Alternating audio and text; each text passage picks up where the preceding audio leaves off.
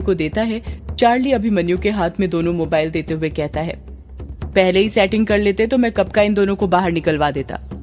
अभिमन्यु मुंह बनाते हुए कहता है, हमें थोड़ी पता था कि आप खाते हो। वो तो एक आदमी को आपको रिश्वत देते हुए देखा तो समझ गए कि आप ही यहाँ पर काम के आदमी हो। ये बताइए कहीं इसमें आपकी वो मैडम का भी हिस्सा तो नहीं है? चार्ली हड़बड़ाते हुए कहता है, अरे पागल हो रहे हो क्या, वो तो बड़ी ईमानदार है, एक पैसा तक किसी का नहीं खाती। वो तो हम ही हैं, पर क्या करें, अब सरकार के पैसे से थोड़े घर चलता है, यहाँ वहाँ हाथ मारना ही पड़ता है। कायर अजीब सा मुंह बनाते हुए कहता है, यार पैसे देने की क्या जरूरत थी, वैसे ही वर्चस्विनी मैम छोड़ देती हमें। चार्ली चिढ़ते हुए कहता है, पागल हो रहे हो क्या बे, उनका तो तुम्हें रात भर हवालात में ही बिठाने का मन था, और हो सकता है कल रात भी यहीं पर कटती तुम्हारी इंक्वायरी के नाम पर। वो तो हम ही सिफारिश किए हैं तुम दोनों की, चक्कर चलाए हैं, वरना अभी अंदर ही रहते। चार्ली की बात सुनकर कायर एकदम चुप हो जाता है। चार्ली अपनी बात आगे जारी रखते हुए कहता है, अब जल्दी निकल लो, यदि मैडम जी का फिर से मूड बदल गया तो फिर अंदर डालना पड़ेगा तुम दोनों को।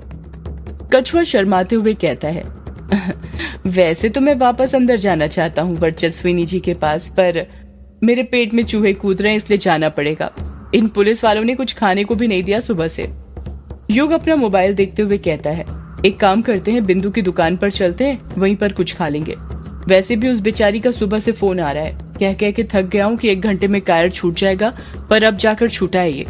कायर मुंह फाड़ते हुए कहता है, मतलब तुम दोनों ने बिंदु को बता दिया कि मुझे पुलिस ने पकड़ा है?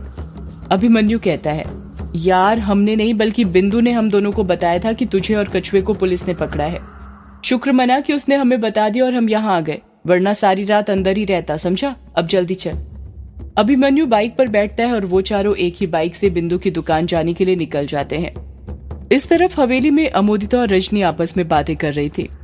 रजनी अमोदिता से पूछती है, तू ग्रेवयार्ड कोठी गई थी ना युग की फोटो लेने के लिए, तो ले आई? अमोदिता जवाब देती है, नहीं माँ, वहाँ पर युग जी थे ही नहीं तो उनकी फोटो कैसे खींचती? क्या कहा, वहाँ पर युग नहीं था? हाँ माँ, ग्रेवयार्ड कोठी बंद थी, मैंने तो शाम तक उनका वहाँ पर इंतजार किया पर वो आए ही नहीं, पता नहीं कहाँ चले गए थे।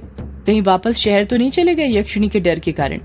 पागल हो रही है क्या, युग उन लड़कों में से नहीं है जो डर कर भाग जाए, वो बहुत बहादुर है। भूल मत, युग के अंदर उसके पिता का खून दौड़ रहा है, और अनुराग भैया भी कोई ऐसे वैसे आदमी नहीं थे। उस कोठी में अकेले रहते थे, ये जानते हुए भी कि ग्रेवयार्ड कोठी यक्षिणी का दूसरा ठिकाना है। माँ मेरी एक बात समझ नहीं आती, यक्षिणी ने युग के पापा अनुराग फूफा को कुछ क्यों नहीं किया? अरे कैसे कुछ नहीं किया, उन्हें भी तो मार डाला। अनुराग भैया की मौत के बाद ही तो ग्रेवयार्ड कोठी बंद हुई थी ना? हाँ माँ, पर जितना मैंने सुना है अनुराग फूफा तो बहुत पहले से ही उस कोठी में रह रहे थे ना, करीब 5-6 सालों से वे उस कोठी में रह रहे थे, उसके बाद यक्षिणी ने उन्हें मारा था ना? हाँ तो वही तो माँ, अगर यक्षिणी को अनुराग फूफा को अपना शिकार बनाना ही होता तो इन 5-6 सालों के बीच में जो अमावस्या पूर्णिमा पड़ी थी तब मार लेती, इतने सालों बाद क्यों मारा? अरे ये बात तो मैंने कभी सोची ही नहीं थी, तेरा दिमाग तो मुझसे भी ज्यादा तेज चलने लग गया है, सौदाइन के गुण आ रहे हैं लगता है तेरे अंदर। माँ ये सब छोड़ो तुम, और जो मैंने पूछा है उसका जवाब ढूंढो कि आखिर यक्षिणी ने अनुराग फूफा को पहले क्यों नहीं मारा, 6 साल बाद क्यों मारा? रजनी अमोदिता की बात का कुछ जवाब देती उससे पहले ही उस कमरे में सुदेश आ जाता है। सुदेश को देखकर रजनी और अमोदिता की जान हलक में आ जाती है। वो दोनों मन ही मन सोचने लग जाती हैं कि कहीं सुदेश ने उनके बीच की सारी बातें सुन तो नहीं ली। सुदेश रजनी को घूरते हुए कहता है, ये तुम दोनों अनुराग भैया के बारे में क्या बातें कर रही थी? रजनी और अमोदिता घबराने लग जाते हैं कि क्या जवाब दें। सुदेश फिर पूछता है, अरे मैं कुछ पूछ रहा हूँ। रजनी बहाने बनाते हुए कहती है, वो अमोदिता को ना आज अनुराग भैया की बहुत याद आ रही थी। सुदेश हैरानी के साथ कहता है, अनुराग भैया की याद आ रही थी, पर क्यों, वो भी 13 साल बाद आज अचानक से? रजनी कहती है, वो युग भी 13 साल बाद आया है ना, तो वही अमोदिता कह रही थी कि युग बिल्कुल अनुराग भैया पर गया है, उन्हीं की तरह दिखता है। अमोदिता भी रजनी का साथ देते हुए कहती है, हाँ पापा मैं यही बोल रही थी कि युग अनुराग फूफा जी की तरह ही दिखता है। सुदेश कहता है, नहीं अमोदिता, तुम और तुम्हारी माँ दोनों बिल्कुल गलत कह रही हो। रजनी और अमोदिता घबरा जाती हैं। वो समझ जाती हैं कि सुदेश ने उन दोनों के बीच की सारी बातें सुन ली हैं। रजनी मन ही मन सोचने लग जाती है, लगता है वापस से इस पर काला जादू करना पड़ेगा। रजनी ने मन में इतना सोचा ही था कि सुदेश अपनी बात को पूरा करते हुए कहता है, युग अनुराग भैया की तरह नहीं बल्कि भाभी की तरह दिखता है। युग अपनी माँ पर गया है ना कि बाप पर। लेकिन हाँ, ये हो सकता है कि युग के अंदर भी उसके पापा की तरह के गुण हो।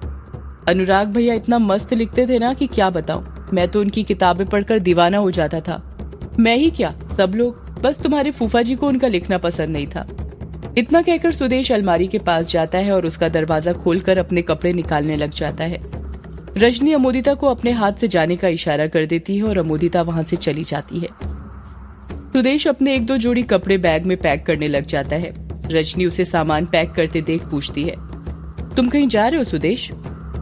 सुदेश मन ही मन सोचने लग जाता है, सही है, अमोदिता के जाते ही जी से सीधे सुदेश पर आ गई। ये पत्नियों का यही होता है, कमरे के अंदर कुछ और, कमरे के बाहर कुछ और होती हैं। रजनी सुदेश पर दबाव बनाते हुए पूछती है, मैं कुछ पूछ रही हूँ सुदेश, तुम कहीं जा रहे हो? सुदेश अपने कपड़े पैक करते हुए कहता है, हाँ रजनी, 2-3 दिन के लिए बाहर जा रहा हूँ काम से। रजनी फटाक से पूछती है, किस काम से? सुदेश सामान पैक करना बंद कर देता है और रजनी के पास जाकर धीरे से कहता है, अब तुम्हें तो पता ही है गांव में क्या चल रहा है, उसी के निवारण के लिए जीजाजी मुझे बाहर भेज रहे हैं। रजनी मन ही मन सोचने लग जाती है, लगता है पिछली बार की तरह बड़े भैया ने किसी पुजारी या धर्मगुरुओं को ढूंढ लिया है जो यक्षिणी को कैद कर सकते होंगे। बढ़िया है, यहाँ एक तरफ ये यक्षिणी को कैद करेंगे तो वहीं दूसरी तरफ मेरी बेटी अमोदिता के लिए युग को पाने के लिए रास्ता आसान हो जाएगा। रजनी बड़े प्यार से सुदेश से पूछती है, वैसे आप कहाँ जा रहे हैं जी, कहाँ भेज रहे हैं बड़े भैया आपको? सदियों से है पुरानी ये है यक्षिणी की कहानी। यक्षिणी एक आग है, यक्षिणी तेरा ख्वाब है।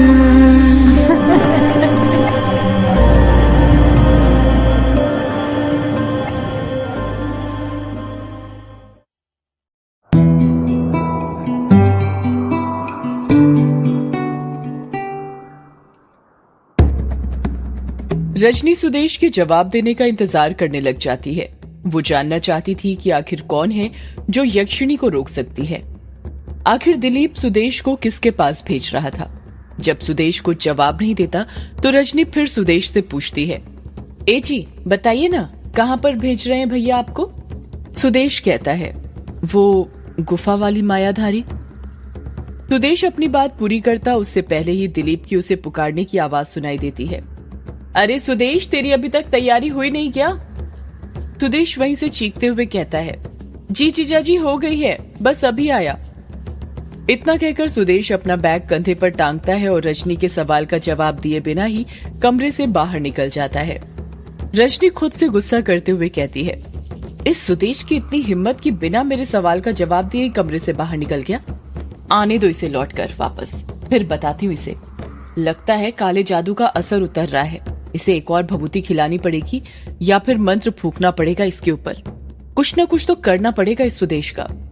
जब सुदेश कमरे से बाहर निकलता है तो देखता है कि हॉल में ही दिलीप उसके आने का बेसब्री से इंतजार कर रहा था। दिलीप सुदेश से पूछता है, हो गई तेरी सारी तैयारी, रख लिया सारा सामान जो मैंने बताया था? सुदेश हड़बड़ाते हुए कहता है, हाँ जी जीजा जी, रख लिया है सारा सामान। दिलीप अपने आसपास देखता है कि कहीं उसके आसपास कोई है तो नहीं। इस वक्त उसके पास सुदेश के अलावा कोई नहीं था। जब दिलीप पूरी तरह संतुष्ट हो जाता है कि उसके पास कोई नहीं है तो वो चुपके से अपने कुर्ते की जेब में से एक कागज की पुड़िया, जिसे काली पॉलीथीन के अंदर कवर किया गया था, वो निकालता है और सुदेश को देते हुए कहता है, इसे जल्दी से अपने बैग के अंदर रख ले। सुदेश वो पुड़िया लेते हुए कहता है, इसके अंदर क्या है जीजा जी? नालायक, मैंने तुझसे कहा इसे जल्दी से अपने बैग में रख ले और तू है कि उल्टा मुझसे ही सवाल पूछ रहा है। इसे बैग में रख जल्दी। सुदेश घबराते हुए कहता है, हाँ जीजा जी अभी रखता हूँ। इतना कहकर सुदेश फटाक से अपनी बैग की चेन खोलता है और झट से अपने बैग के अंदर वो काली पॉलीथीन की पुड़िया रख लेता है। सुदेश फिर दिलीप से पूछता है, अब तो बताइए जीजा जी इसके अंदर क्या है? दिलीप सुदेश पर बिगड़ते हुए कहता है, नालायक, इसके अंदर क्या है वो तुझे जानने की जरूरत नहीं है, इसका तुझे क्या करना है वो सुन। सुदेश शर्म से अपना चेहरा नीचे झुका लेता है। दिलीप अपनी बात को आगे जारी रखते हुए कहता है, इस पुड़िया को तुझे मायाधारी जी को देना है, समझा? और हाँ, याद रखना, चाहे कुछ भी हो जाए इस पुड़िया को तू मत खोलना, वरना इसका अंजाम क्या होगा मुझे भी नहीं पता। इसे ऐसे ही पड़े रहने देना, सीधे मायाधारी जी को ही देना। सुदेश हाँ में अपना सिर हिलाते हुए कहता है, जी जीजा जी, जैसे आपने कहा है मैं वैसा ही करूंगा। चल अब तू जल्दी निकल यहाँ से, वहां पहुंचने पर भी तुझे वक्त लगेगा। हाँ जीजा जी, मैं निकलता हूँ यहाँ से। इतना कहकर सुदेश वहां से चला जाता है। इस तरफ युग, कायर, कछुआ और अभिमन्यु बाइक पर थे और बिंदु की दुकान की तरफ जा रहे थे। कायर बाइक पर बैठे बैठे यही सोच रहा था कि पता नहीं बिंदु उससे क्या क्या सवाल पूछेगी। यही सोच सोच कर वो घबराए जा रहा था। कायर घबराते हुए कहता है, यार तुम लोगों को बिंदु को ये बात नहीं बतानी चाहिए थी। अभिमन्यु चिढ़ते हुए कहता है, अबे कायर, अब तुझसे कितनी बार बोलें कि ये बात हमने बिंदु को नहीं बल्कि बिंदु ने हमें बताई थी। अब अगर तूने फिर से यही बात बोली ना तो हमसे बुरा कोई नहीं होगा, समझा? बार बार एक ही सवाल बोलकर पूरा कान खा गया है मेरा। ये कछुए को देख कैसे शांति से बैठा है, लगता है वर्चस्विनी ने जमकर धुनाई की है इसकी। कछुआ अभी भी चुप बैठा हुआ था क्योंकि वो तो वर्चस्विनी के ख्यालों में खोया हुआ था। कायर मुंह बनाते हुए कहता है, ये क्यों कुछ बोलेगा, ये तो पगला गया है वर्चस्विनी को देखकर। लाइन मारने से पहले सोच तो लिया कर कि किस पर लाइन मार रहा है। वो पुलिस वाली है बेटा, डंडे मार मार के ना तेरा पूरा लुचड़पना निकाल देगी। कछुआ प्यार से कहता है, अगर वर्चस्विनी प्यार से मुझे डंडा भी मारेगी ना तो मैं वो भी खा लूंगा। डंडा क्या चीज है, मैं तो जहर भी खा लूं वर्चस्विनी के हाथ से, बस शर्त यह है कि वो प्यार से खिलाए। युग चिढ़ते हुए कहता है, तुम दोनों चुप करोगे अपनी बकवास? एक तो सुबह से पेट में कुछ गया नहीं है, ऊपर से तुम फालतू की बातें कर रहे हो। अभी अभी हवालात की हवा खाकर आ रहे हो, पर तेवर तो ऐसे हैं जैसे महान काम करके आ रहे हो। तुम्हें पता भी है तुम्हारी वजह से कितना बड़ा नुकसान हो गया है। कायर छोटा सा मुंह बनाते हुए कहता है, क्या नुकसान हो गया है हमारी वजह से? युग कहता है, आज हम पब्लिशर के पास जाने वाले थे पापा की यक्षिणी वाली किताब की रिगार्डिंग, पर पूरा वक्त हवालात में ही कट गया इसलिए जा नहीं पाए। कछुआ झट से कहता है, तो क्या हुआ यार, कल चले जाना। तू तो ऐसे बोल रहा है जैसे वो पब्लिशर आज रात को ही ऊपर निकल लेगा। अभिमन्यु कछुए को टोकते हुए कहता है, तू अपनी काली जुबान बंद रख कछुए, तुझे पता है ना तेरी काली जुबान है। कछुआ चुप हो जाता है। कुछ ही देर में इनकी बाइक बिंदु की दुकान पर पहुंच जाती है। बिंदु की दुकान पर बिल्कुल भी कस्टमर नहीं थे। अब्दुल था जो कि कुर्सी और टेबल की सफाई कर रहा था। बिंदु गल्ले पर खड़ी हुई थी। उसकी आंखों में देखकर ऐसा लग रहा था जैसे वो उन लोगों के आने का ही इंतजार कर रही थी। जैसे ही उनकी बाइक दुकान के सामने रुकती है, बिंदु भागते हुए बाइक के पास जाकर रुक जाती है। वो चारों बाइक से नीचे उतर जाते हैं। कायर, युग और अभिमन्यु के पीछे छुपने लग जाता है। बिंदु गुस्सा करते हुए कायर से कहती है, ए कायर, पीछे क्यों छुप रहे हो, सामने आओ। अरे सामने कैसे आओगे, तुम तो काम ही इतना महान किए हो कि शर्म आ रही होगी सामने आने में। कायर अभी भी युग और अभिमन्यु के पीछे छुपा हुआ था। कछुआ कहता है, अरे कायर सामने नहीं आ रहा तो क्या हुआ बिंदु, मैं आता हूँ ना सामने। तुम्हें जो बोलना है मुझसे बोल सकती हो। तुम मुझे कायर ही समझो, आखिर हम दोनों बेस्ट फ्रेंड जो हैं। बिंदु भिन्नाते हुए कहती है, तू तो कछुए चुप ही कर, मुझे पता है ये सब तेरे ही कारण हुआ है। तूने ही जरूर कुछ कांड किया होगा जिसके कारण ये कायर भी तेरे साथ फंस गया। कितनी बार बोला इसे तेरी संगति छोड़ दे, पर ये सुनता ही नहीं है। ना ही तेरी संगति छोड़ता है ना ही शायरी, और दोनों ही चीजों ने इसे डुबा दिया है पूरी तरह। कायर धीरे से कहता है, कैसे छोड़ दूं, कोई पराये थोड़ी है जो इतनी आसानी से जाने दूंगा।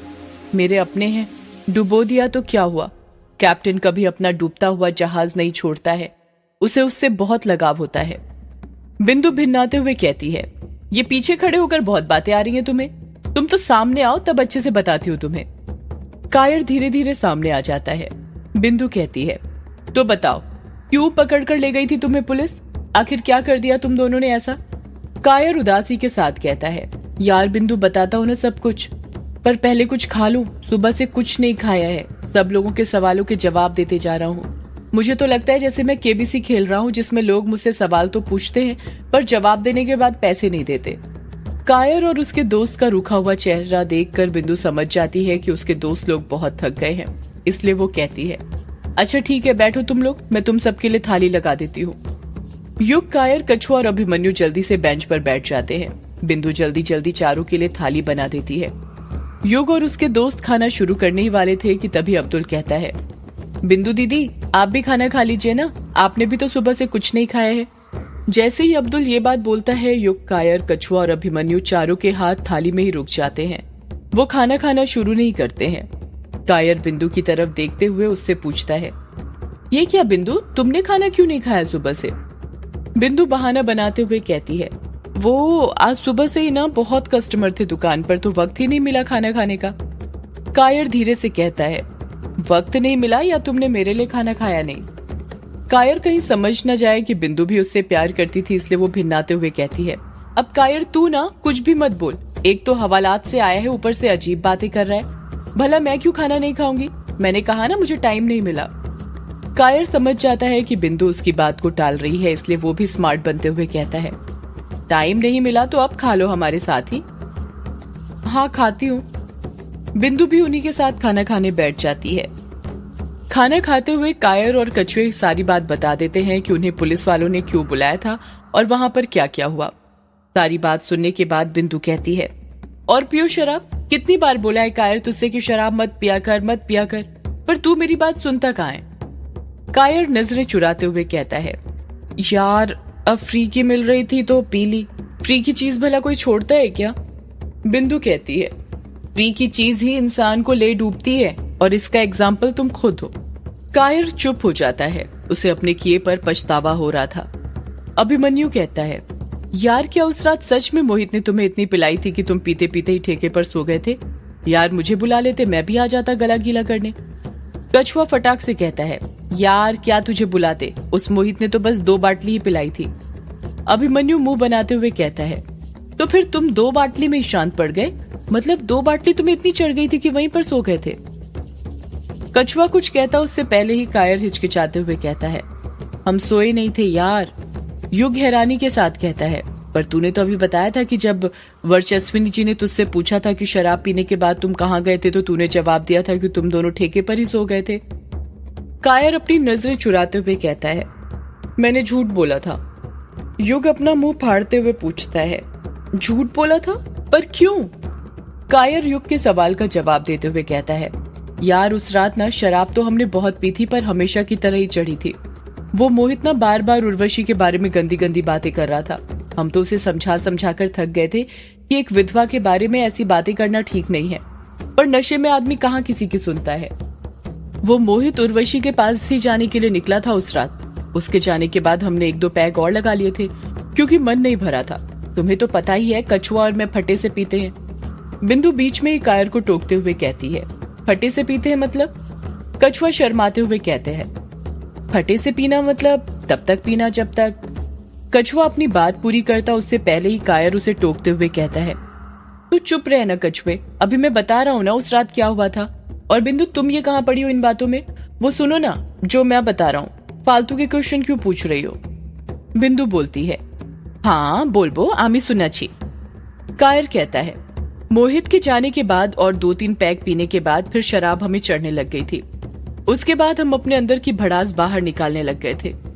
युग अजीब सा मुंह बनाते हुए कहता है, भड़ास बाहर निकालने लग गए थे मतलब? तुम्हें किस पर भड़ास निकालनी थी और किस बात पर? बिंदु अपनी तरफ उंगली करते हुए कहती है, कहीं कायर तुमने मुझे तो गाली नहीं दी थी ना, क्योंकि मैं तुम्हें भाव नहीं देती?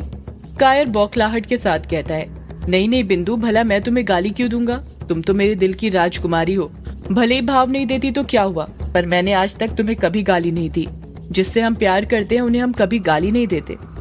कछुआ फिर बीच में बोल पड़ता है, हाँ बिंदु, कायर ठीक कह रहा है। कायर ने तुझे गाली नहीं दी थी, हम दोनों ने तो मिलकर युग और अभिमन्यु को गाली दी थी। अभिमन्यु गुस्सा होते हुए कहता है, क्या कहा? हम दोनों को गाली दी थी तुम दोनों ने? पर क्यों? कायर हड़बड़ाहट के साथ कहता है, गाली नहीं देते तो क्या करते? तुम लोगों ने सारा काम ही ऐसा किया था। एक तो यक्षिणी के कमरे का दरवाजा खोल दिया था, ऊपर से ओवर स्मार्ट बन रहे थे इतने दिनों से ये बोलकर कि यक्षिणी वहीं कैद है। हमने चेक भी कर लिया। हम दोनों तुम दोनों से नाराज थे, इसलिए तो हम शराब पीने गए थे, वरना हम दारू के ठेके पर जाते ही नहीं। युग अपने हाथ आगे करते हुए कहता है, यार माना हम दोनों ने गलत किया था, पर इसका मतलब ये तो नहीं कि तुम दारू के ठेके पर चले जाओगे। चलो गए तो गए, ऊपर से हमें गालियां भी दे रहे थे। कछुआ हंसते हुए कहता है, यार युग तू बुरा क्यों मान रहा है? अब दोस्तों को गाली नहीं देंगे तो किसे देंगे? दोस्त तो होते ही हैं गाली देने के लिए। तू गाली पर फोकस क्यों कर रहा है? कायर जो बता रहा है उस पर फोकस करना। युग मुंह बनाते हुए कहता है, हाँ कायर बता आगे क्या हुआ हमारे ऊपर भड़ास निकालने के बाद? कायर कहता है, हम दोनों को जितनी गाली आती थी हमने सारी तुम्हें बक मारी थी, पर तब भी पता नहीं क्यों भड़ास कम नहीं हुई थी।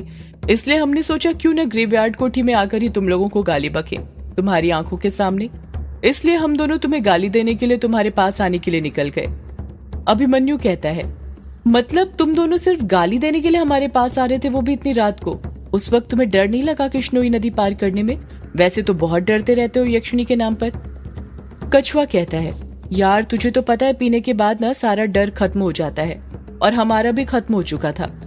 कायर अपनी बात को आगे जारी रखते हुए कहता है, यार हम दोनों ने जैसे तैसे लड़खड़ाते हुए कृष्णोई नदी तो पार कर ली, पर जब बंगला मुड़ा घाट पर पहुंचे तब ना।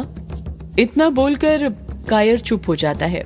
अचानक से कायर के चेहरे पर खौफ पैदा हो गया था, ऐसा खौफ जिसके बारे में वो किसी को बताना नहीं चाहता था। अभिमन्यु धीरे से पूछता है, तब क्या कायर आगे बता, बंगला मुड़ा घाट पर क्या हुआ? बिंदु भी अभिमन्यु का साथ देते हुए बंगाली में बोलती है, हाँ कायर बोल वो। कायर कहता है, बंगला मुड़ा घाट पर पहुंच कर ना ये कछुए को पता नहीं क्या हो गया था, ये मेरी फोटो खींचने की जिद करने लग गया था। इसने अपना मोबाइल निकाला और मेरी फोटो लेने लग गया। ये मेरी फोटो ले ही रहा था कि तभी अचानक से हमें ऐसा लगा जैसे बंगला मुड़ा घाट पर हमारे अलावा भी कोई था। युग हैरानी के साथ कहता है, क्या बात कर रहा है कायर? हाँ युग सच, ये कछुआ मेरी फोटो खींच ही रहा था कि तभी हमें कमल के फूलों की खुशबू आने लगी। वो कमल के फूलों की खुशबू ऐसी थी कि किसी को भी मदहोश कर दे। हमें ऐसा लग रहा था जैसे हमारे आसपास बहुत सारे कमल के फूल हों, लेकिन वहां पर एक भी नहीं दिख रहा था। कछुआ बीच में ही बोल पड़ता है, हाँ मुझे भी याद आया, वो कमल के फूलों की खुशबू ना जिस ओर से आ रही थी हम उस ओर जाने लगे थे। तभी वहां पर हमें एक लड़की का काला साया दिखाई दिया जो कि वहां पर खड़ी हुई थी। युग अपना मुंह फाड़ते हुए कहता है, लड़की का काला साया? कहीं वो यक्षिणी तो नहीं थी? सदियों से है पुरानी ये है यक्षिणी की कहानी। यक्षिणी एक आग है, यक्षिणी तेरा ख्वाब है।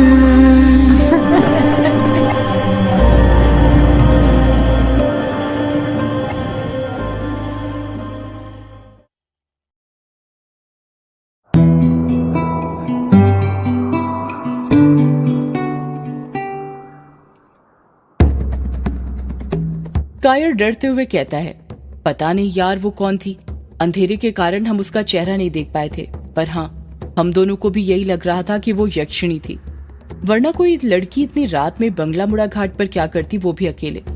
मैं तुझे बता नहीं सकता हम कितना डर गए थे, मुझे तो अभी भी बताते हुए बहुत डर लग रहा है। अभिमन्यु कायर के कंधे पर हाथ रखते हुए धीरे से कहता है, कायर तू डर मत, अभी हम सब हैं ना तेरे साथ, तो डर किस बात का है? तू ये बता आगे क्या हुआ था? कायर एक लंबी सांस लेता है, फिर कहता है, जिस लड़की को हमने देखा था ना वो हमारी तरफ ही कदम बढ़ा रही थी। जैसे जैसे वो हम दोनों के पास आ रही थी हमारे दिल की धड़कनें बढ़ती जा रही थी। वो लड़की हमारे पास पहुंचती उससे पहले ही डर के मारे हम दोनों बेहोश हो गए। युग मुंह फाड़ते हुए कहता है, क्या कहा? डर के मारे बेहोश हो गए? कायर अपनी बात को आगे जारी रखते हुए कहता है, हाँ यार सच कहूं तो मुझे भी याद नहीं कि कब और कैसे हम बेहोश हो गए। जब सुबह आंख खुली तो देखा कि हम दोनों मोहित की लाश के पास लेटे हुए थे। मोहित को यक्षिणी अपना शिकार बना चुकी थी। अभिमन्यु हैरानी के साथ कहता है, मतलब मोहित की लाश को सबसे पहले तुम दोनों ने देखा था? कछुआ फटाक से कहता है, सिर्फ मोहित की लाश को हम दोनों ने सबसे पहले देखा नहीं था, बल्कि सब गांव वालों तक ये खबर भी हम दोनों ने ही पहुंचाई थी। मैंने ही रतनपाली को फोन करके बताया था कि यक्षिणी ने तुम्हारे बेटे को अपना शिकार बना लिया है, जल्दी बंगला मुड़ा घाट पर आ जाओ। कायर कछुए की तरफ देखते हुए कहता है, और यही हम दोनों की सबसे बड़ी गलती थी, हमें ना किसी को बताना ही नहीं चाहिए था मोहित की लाश के बारे में, चुपचाप अपने घर निकल जाना चाहिए था वहाँ से। युग पूछता है, चुपचाप घर निकल जाना चाहिए था, पर क्यों? तुमने ठीक तो किया था सबको ये बात बताकर, वरना मोहित की लाश पता नहीं कब तक वहाँ पर पड़ी रहती। कायर अपने आप पर गुस्सा करते हुए कहता है, क्या खाक ठीक किया था? सब गांव वालों को पता है कि मोहित को यक्षिणी ने मारा है, पर वो पुलिस वाली वर्चस्विनी थोड़ी इस बात पर यकीन करती है। उसे तो अभी भी यही लगता है कि मोहित को उसके किसी दुश्मन ने मारा है। अगर मैं वर्चस्विनी को ये बात बताता कि मोहित की लाश को सबसे पहले हम दोनों ने देखा था और ये खबर हमने फैलाई थी, तो वो हम पर ही शक करती कि हमने ही उसे मारा था। इसलिए मैंने उससे झूठ बोला था कि शराब पीने के बाद हम ठेके पर ही सो गए थे। बिंदु कहती है, अच्छा तो ये बात थी, पर कायर मुझे लगता है तुझे न वर्चस्विनी जी को ये बात बता देनी चाहिए थी। यदि बाद में किसी और तरीके से पता चली तो और मुसीबत हो जाएगी। कायर फटाक से कहता है जैसे वो इस सवाल के लिए पहले से ही तैयार था। क्या बताता बिंदु वर्चस्विनी जी को मैं? यही कि रात में हम दोनों को नदी किनारे एक लड़की दिखी थी जिसको देखकर हम बेहोश हो गए थे, और जब सुबह उठे तो हम मोहित की लाश के साथ सो रहे थे। ये बात सुनकर ना वो सीधा मुझे और कछुए को आरोपी मानकर सलाखों के पीछे भेज देती। कायर का जवाब सुनकर सभी लोग चुप हो जाते हैं क्योंकि उन्हें काफी हद तक कायर की बात ठीक लगी थी। युग कुछ सोचते हुए कहता है, एक बात बताओ तुम दोनों, यक्षिणी ने तुम्हारे बंगला मुड़ा घाट पहुंचने के बाद मोहित को मारा था या उससे पहले? कछुआ याद करते हुए कहता है, पता नहीं यार, पर जितना मुझे लगता है हमारे पहुंचने से पहले ही यक्षिणी ने मोहित को अपना शिकार बना लिया होगा, क्योंकि वो हमसे पहले निकला था ना। हम तो उसके जाने के 1-2 घंटे तक और पीते रहे थे, आखिर हमें फट्टे तक जो पीना था। कायर कछुए का साथ देते हुए कहता है, मुझे भी यही लगता है कि हमारे पहुंचने से पहले ही यक्षिणी मोहित को अपना शिकार बना चुकी थी। वो तो अच्छा हुआ कि हम सही वक्त पर बेहोश हो गए, वरना जिस तरह से यक्षिणी हम दोनों की तरफ उस रात को कदम बढ़ा रही थी, मुझे तो लग रहा था कि वो हम दोनों के साथ भी संभोग करके हमें मार देती। बिंदु झट से कहती है, ए कायर, ऐसा मत बोलो। कछुए बिंदु के मजे लेते हुए कहता है, क्यों बिंदु, तुझे कौन सी बात पसंद नहीं आई? कायर के साथ संभोग करने वाली या फिर उसे मारने वाली? बिंदु कछुए की बात का पलटकर कुछ जवाब देती उससे पहले ही कायर कहता है, तुम्हें पता है उस रात ना बेहोश होने के बाद 2-3 बार मेरी आंख खुली थी और मैंने देखा था कि एक लड़की रेत के ऊपर पालथी मारकर बैठी है और वो खून से ना रेत पर कुछ बना रही थी। अभिमन्यु झट से पूछता है, क्या बना रही थी कायर वो रेत पर? पता नहीं यार, मुझे याद नहीं, पर वहां एक दीपक जल रहा था और वो ना कुछ अजीब अजीब से मंत्र पढ़ रही थी जिसको देखकर ऐसा लग रहा था जैसे वो कोई सी पूजा कर रही थी। युग कुछ सोचते हुए कहता है, कहीं ऐसा तो नहीं कि यक्षिणी शिकार करने के बाद पूजा करती हो और वही कर रही हो जिस वक्त कायर की आंख खुली हो? कछुआ शर्माते हुए कहता है, अब हमें क्या पता यक्षिणी शिकार करने के बाद क्या करती है। हमें तो बस ये पता है कि शिकार करने से पहले यक्षिणी अपने शिकार के साथ संभोग करती है। बिंदु कछुए पर चिढ़ते हुए कहती है, कछुए तू ना अपना मुंह बंद ही रखा कर, जब भी मुंह खोलता है बकवास करने के लिए खोलता है। कछुआ पलट कर कहता है, क्या बकवास? बकवास क्या? मैं तो वही बोल रहा हूँ जो मुझे लगता है। कछुआ और बिंदु आपस में झगड़ना शुरू करते उससे पहले युग कहता है, यार तुम दोनों ना चुप रहो और मुझे शांति से सोचने दो आगे क्या करना है। अभिमन्यु झट से कहता है, इसमें सोचना क्या है, हमने पहले ही तो डिसाइड करके रखा है कि कल पब्लिशर के पास जाना है किसी भी हालत में, क्योंकि वही है जो बता सकता है कि तेरे पापा ने जो यक्षिणी पर किताब लिखी थी वो कहाँ पर है।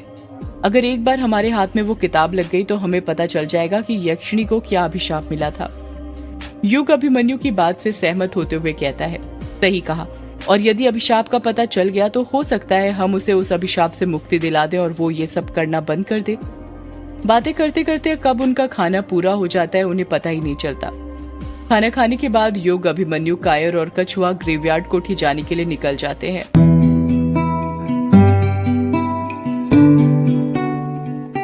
सुबह हो गई थी, सुबह के 7 बज रहे थे। इस तरफ हवेली में अमोदिता अपने कमरे के अंदर गर्मा गर्म चाय पी रही थी।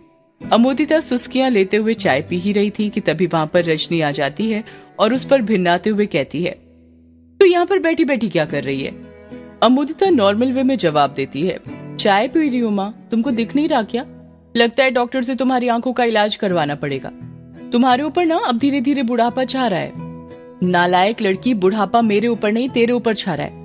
तू चाय पी रही है वो तो मुझे भी दिख रहा है, पर तुझे नहीं लगता तू कुछ भूल रही है? अमोदिता अपने सिर पर जोर देते हुए कहती है, मैं कुछ भूल रही हूँ पर क्या?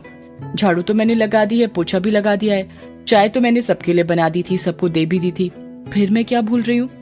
खाना बनाने की बात है तो उसकी शुरुआत तो माँ हम 8 बजे से करते हैं ना, अभी अभी तो नाश्ता किया था। रजनी चिढ़ते हुए कहती है, नालायक लड़की, तुझे हमेशा खाने पीने का ही सूझता है क्या? उसके अलावा और कुछ नहीं आता तेरे दिमाग में? माँ ये तुम मेरे खाने के पीछे क्यों पड़ी हुई रहती हो? तुमको मेरे रंग को लेकर जो बोलना है बोला करो, पर खाने को लेकर कुछ मत बोला करो। मुझे मेरे खाने से बहुत प्यार है।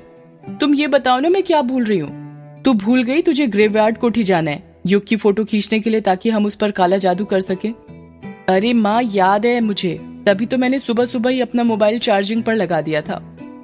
अमोदिता अपने हाथ से चार्जिंग प्लग की ओर इशारा करते हुए कहती है, वो देखो चार्ज हो रहा है मोबाइल। रजनी फिर गुस्सा करते हुए कहती है, तो अभी तक चार्ज नहीं हुआ क्या? कल की तरह लेट जाएगी क्या ग्रेवयार्ड कोठी, ताकि आज भी युग कहीं चला जाए? नहीं माँ, मैं सोच रही थी 12 बजे जाऊं खाना बनाकर। तू ना खाना बनाते ही रह जाएगी और युग को वो यक्षिणी अपने जाल में फंसा लेगी। खाना बनाने की फिक्र छोड़, तुझे युग को अपने जाल में फंसाकर उसके लिए हमेशा खाना बनाना है, समझी? हाँ माँ, मैं समझ गई। चल अब जल्दी निकल ग्रेवयार्ड कोठी। और हाँ सुन ले, युग की फोटो खींच कर ही आना, खाली हाथ मत आना।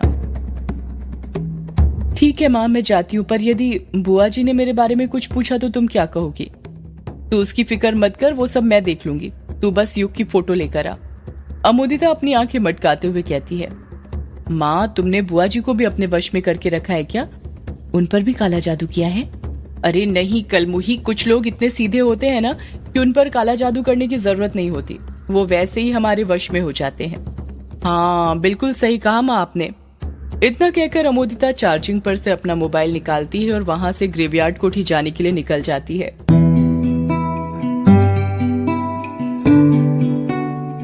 इस तरफ ग्रेवयार्ड कोठी में युग, अभिमन्यु, कायर और कछुआ चारों की नींद खुल गई थी और चारों पब्लिशर के पास जाने के लिए तैयार हो रहे थे।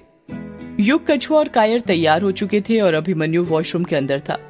वॉशरूम के अंदर से बाहर आता हुआ धुआं इस बात की साफ गवाही दे रहा था कि अंदर अभिमन्यु सिगरेट के लंबे लंबे कश लगा रहा था। ना ही दौलत मांगूंगा ना ही शोहरत मांगूंगा, ना ही दौलत मांगूंगा ना ही शोहरत मांगूंगा, रहे मुस्कान सदा तेरे चेहरे पर, यही खुदा से दुआ मांगूंगा। युग अजीब सा मुंह बनाते हुए कहता है, अबे हम लोग पब्लिशर के पास यक्षिणी की किताब के बारे में पूछने जा रहे हैं, कोई मुशायरा करने नहीं जा रहे हैं जो तू इस तरह से प्रैक्टिस कर रहा है। कायर झट से कहता है, यार प्रैक्टिस तो करनी पड़ेगी ना, भूल गया मैं क्यों साथ चल रहा हूँ? क्योंकि तूने ही तो कहा था मेरी शायरी की किताब के सिलसिले में पब्लिशर से बात करेगा। अगर उसने कहा पहले कुछ सुनाओ तो तैयारी तो पहले से करनी पड़ेगी ना। युग कायर को समझाते हुए कहता है, पता है पापा ने मुझे एक बात बताई थी, और वो ये थी कि असली शायर वो नहीं होता जो महफिल में शायरी याद करके जाता है, बल्कि असली शायर तो वो होता है जो महफिल में जाकर शायरी बनाता है।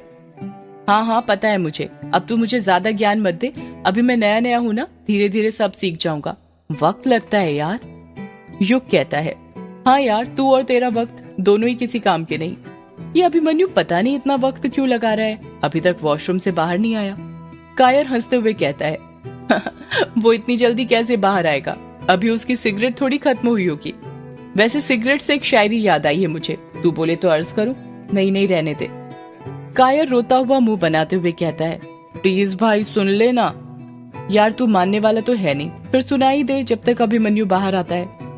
कायर कहता है, तो अर्ज किया है, सुलग रही है जिंदगी और सुलगा रहा हूं मैं, सुलग रही है जिंदगी और सुलगा रहा हूं मैं, इस बेरहम जिंदगी के कश लगा रहा हूं मैं।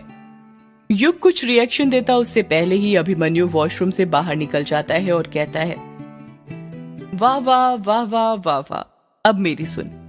हर कश तेरे नाम का लगा रहा हूं मैं, हर कश तेरे नाम का लगा रहा हूं मैं, कुछ इस तरह खुद को जला रहा हूं मैं। कायर दाद देते हुए कहता है, वाह वाह वाह वाह, लगता है तू भी मेरे साथ रहकर शायरी सीख रहा है। शायरी कोई सीखने वाली चीज नहीं है मेरे दोस्त, वो तो अपने आप आ जाती है।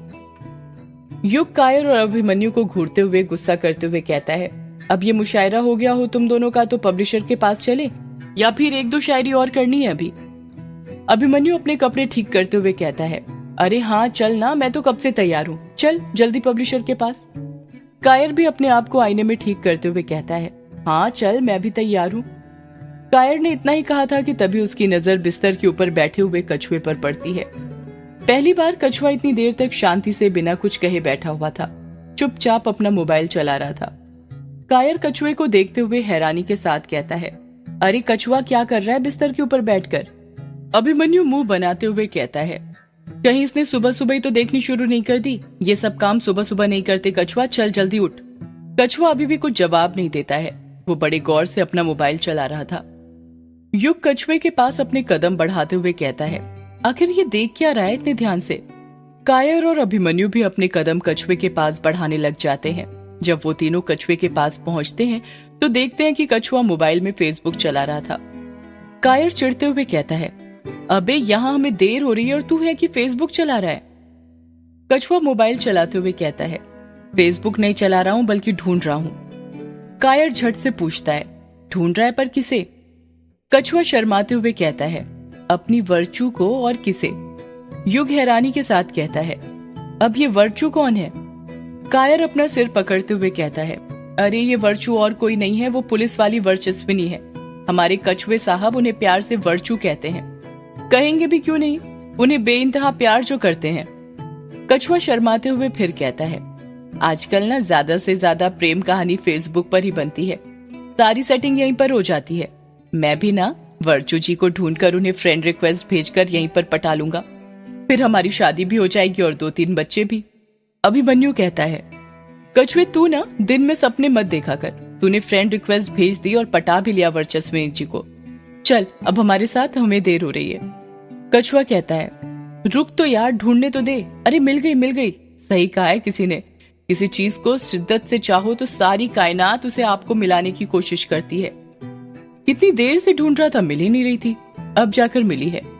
अरे ये क्या, प्रोफाइल पिक्चर क्यों नहीं दिख रही? अरे यार इस पर तो उन्होंने प्रोफाइल लॉक लगा कर रखा है। कायर हंसते हुए कहता है, वो प्रोफाइल लॉक ना तुझ जैसे लुच्चे लफंगों के लिए लगा कर रखा है, ताकि तुझ जैसे कमीने स्क्रीनशॉट ना ले सके। स्क्रीनशॉट नहीं ले सकता तो क्या हुआ, अभी फ्रेंड रिक्वेस्ट भेजता हूँ। मेरा दिल कहता है मेरी फ्रेंड रिक्वेस्ट झट से एक्सेप्ट कर लेंगी मेरी वर्चू। कायर फिर कछुए के मजे लेते हुए कहता है, हाँ क्यों नहीं करेंगी, ऋतिक रोशन की फोटो जो लगा कर रखी है, फेक समझकर ऐसा ब्लॉक करेगी ना तेरी प्रोफाइल को कि फिर तू कभी एफबी पर नहीं दिखेगा। अरे अच्छा आइडिया दिया, मैं वर्चू जी को ऋतिक रोशन की नहीं बल्कि अपनी फोटो दिखाकर पटाऊंगा। अभी चेंज करता हूँ अपनी प्रोफाइल पिक। इतना कहकर कछुआ अपने मोबाइल की गैलरी ओपन कर देता है। जैसे ही वो गैलरी ओपन करता है तो देखता है कि गैलरी के अंदर उस रात की फोटो भी थी जब वो और कायर बंगला मुड़ा घाट पर नशे में थे। कछुआ उस फोटो को देखते हुए कहता है, अरे ये तो उसी रात की फोटो है ना जिस रात मोहित को उस यक्षिणी ने अपना शिकार बनाया था। कायर झट से कछुए का मोबाइल लेकर बैक करके मेन गैलरी ओपन करते हुए कहता है, हाँ यार ये तो उसी रात की फोटो है, पर ये फोटो नहीं वीडियो है। लगता है कुछ ज्यादा ही नशे में होने के कारण उस रात तूने मेरी फोटो लेने की जगह वीडियो बना दिया था। कछुआ हैरानी के साथ कहता है, क्या? हाँ यार शायद। अभिमन्यु कहता है, हो सकता है इस वीडियो में यक्षिणी का चेहरा हो, जरा प्ले तो कर, मैं भी देखूं तो यक्षिणी कैसी दिखती है।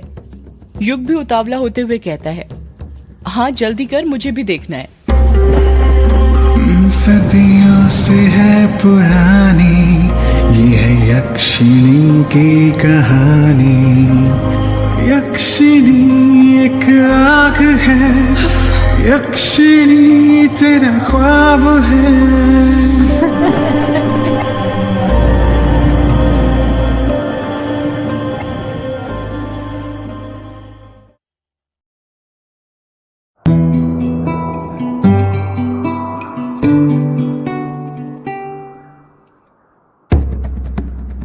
कछुआ, कायर और वो। कायर कहता है, हाँ यार कर रहा हूँ प्ले, इतना हड़बड़ा क्यों रहे हो तुम दोनों? इतना कहकर कायर वीडियो प्ले कर देता है। जब वीडियो प्ले होता है तो वो देखते हैं कि कायर नदी के पास खड़ा हुआ था और अलग अलग स्टाइल में पोज दे रहा था।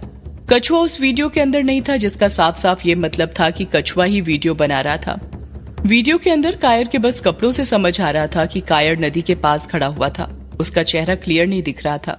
युग वीडियो देखते हुए कहता है, ये क्या, इसमें तो कायर तेरा चेहरा ही नहीं दिख रहा है। कायर मुंह बनाते हुए कछुए की तरफ देखते हुए कहता है, दिखेगा कैसे, इस कछुए के मोबाइल की फ्लैशलाइट जो खराब है। अभिमन्यु कहता है, ये कछुआ भी ना किसी काम का नहीं है, एक मोबाइल तक नहीं ले सकता ढंग का। कछुआ अपना हाथ आगे बढ़ाते हुए कहता है, हाँ नहीं ले सकता, तुम तो जानते ही हो मेरी हालत, पैसे दे दो नया ले लूंगा, और यदि नहीं दे सकते तो अपना मुंह बंद रखो और चुपचाप वीडियो देखो, वरना वापस अपना मोबाइल ले लूंगा। युग प्यार से हंसते हुए कहता है, अरे हम तो मजाक कर रहे थे, तेरा मोबाइल जैसा भी है बहुत अच्छा है। जैसे जैसे कायर और कछुआ वो वीडियो देखते जा रहे थे, उन्हें वो सारी बातें याद आती जा रही थी जो उन दोनों ने उस रात को की थी। उन्हें वो सारी घटना याद आने लग जाती है जो उस रात उनके साथ घटी थी। वो दोनों भी उसी पल में चले जाते हैं। कायर और कछुआ बंगला मुड़ा घाट पर लड़खड़ाते हुए आगे बढ़ रहे थे। उनकी लड़खड़ाती हुई चाल बता रही थी कि उन्होंने अपनी लिमिट से कुछ ज्यादा ही शराब पी रखी थी। बंगलामुड़ा घाट पर उन दोनों के सिवा और कोई नहीं था। रात का सन्नाटा छाया हुआ था। कछुआ नशे में लहराते हुए कहता है, यार इस युग और अभिमन्यु ने ठीक नहीं किया। सालों ने हमें धोखा दिया, हमें, अपने बचपन के दोस्तों को।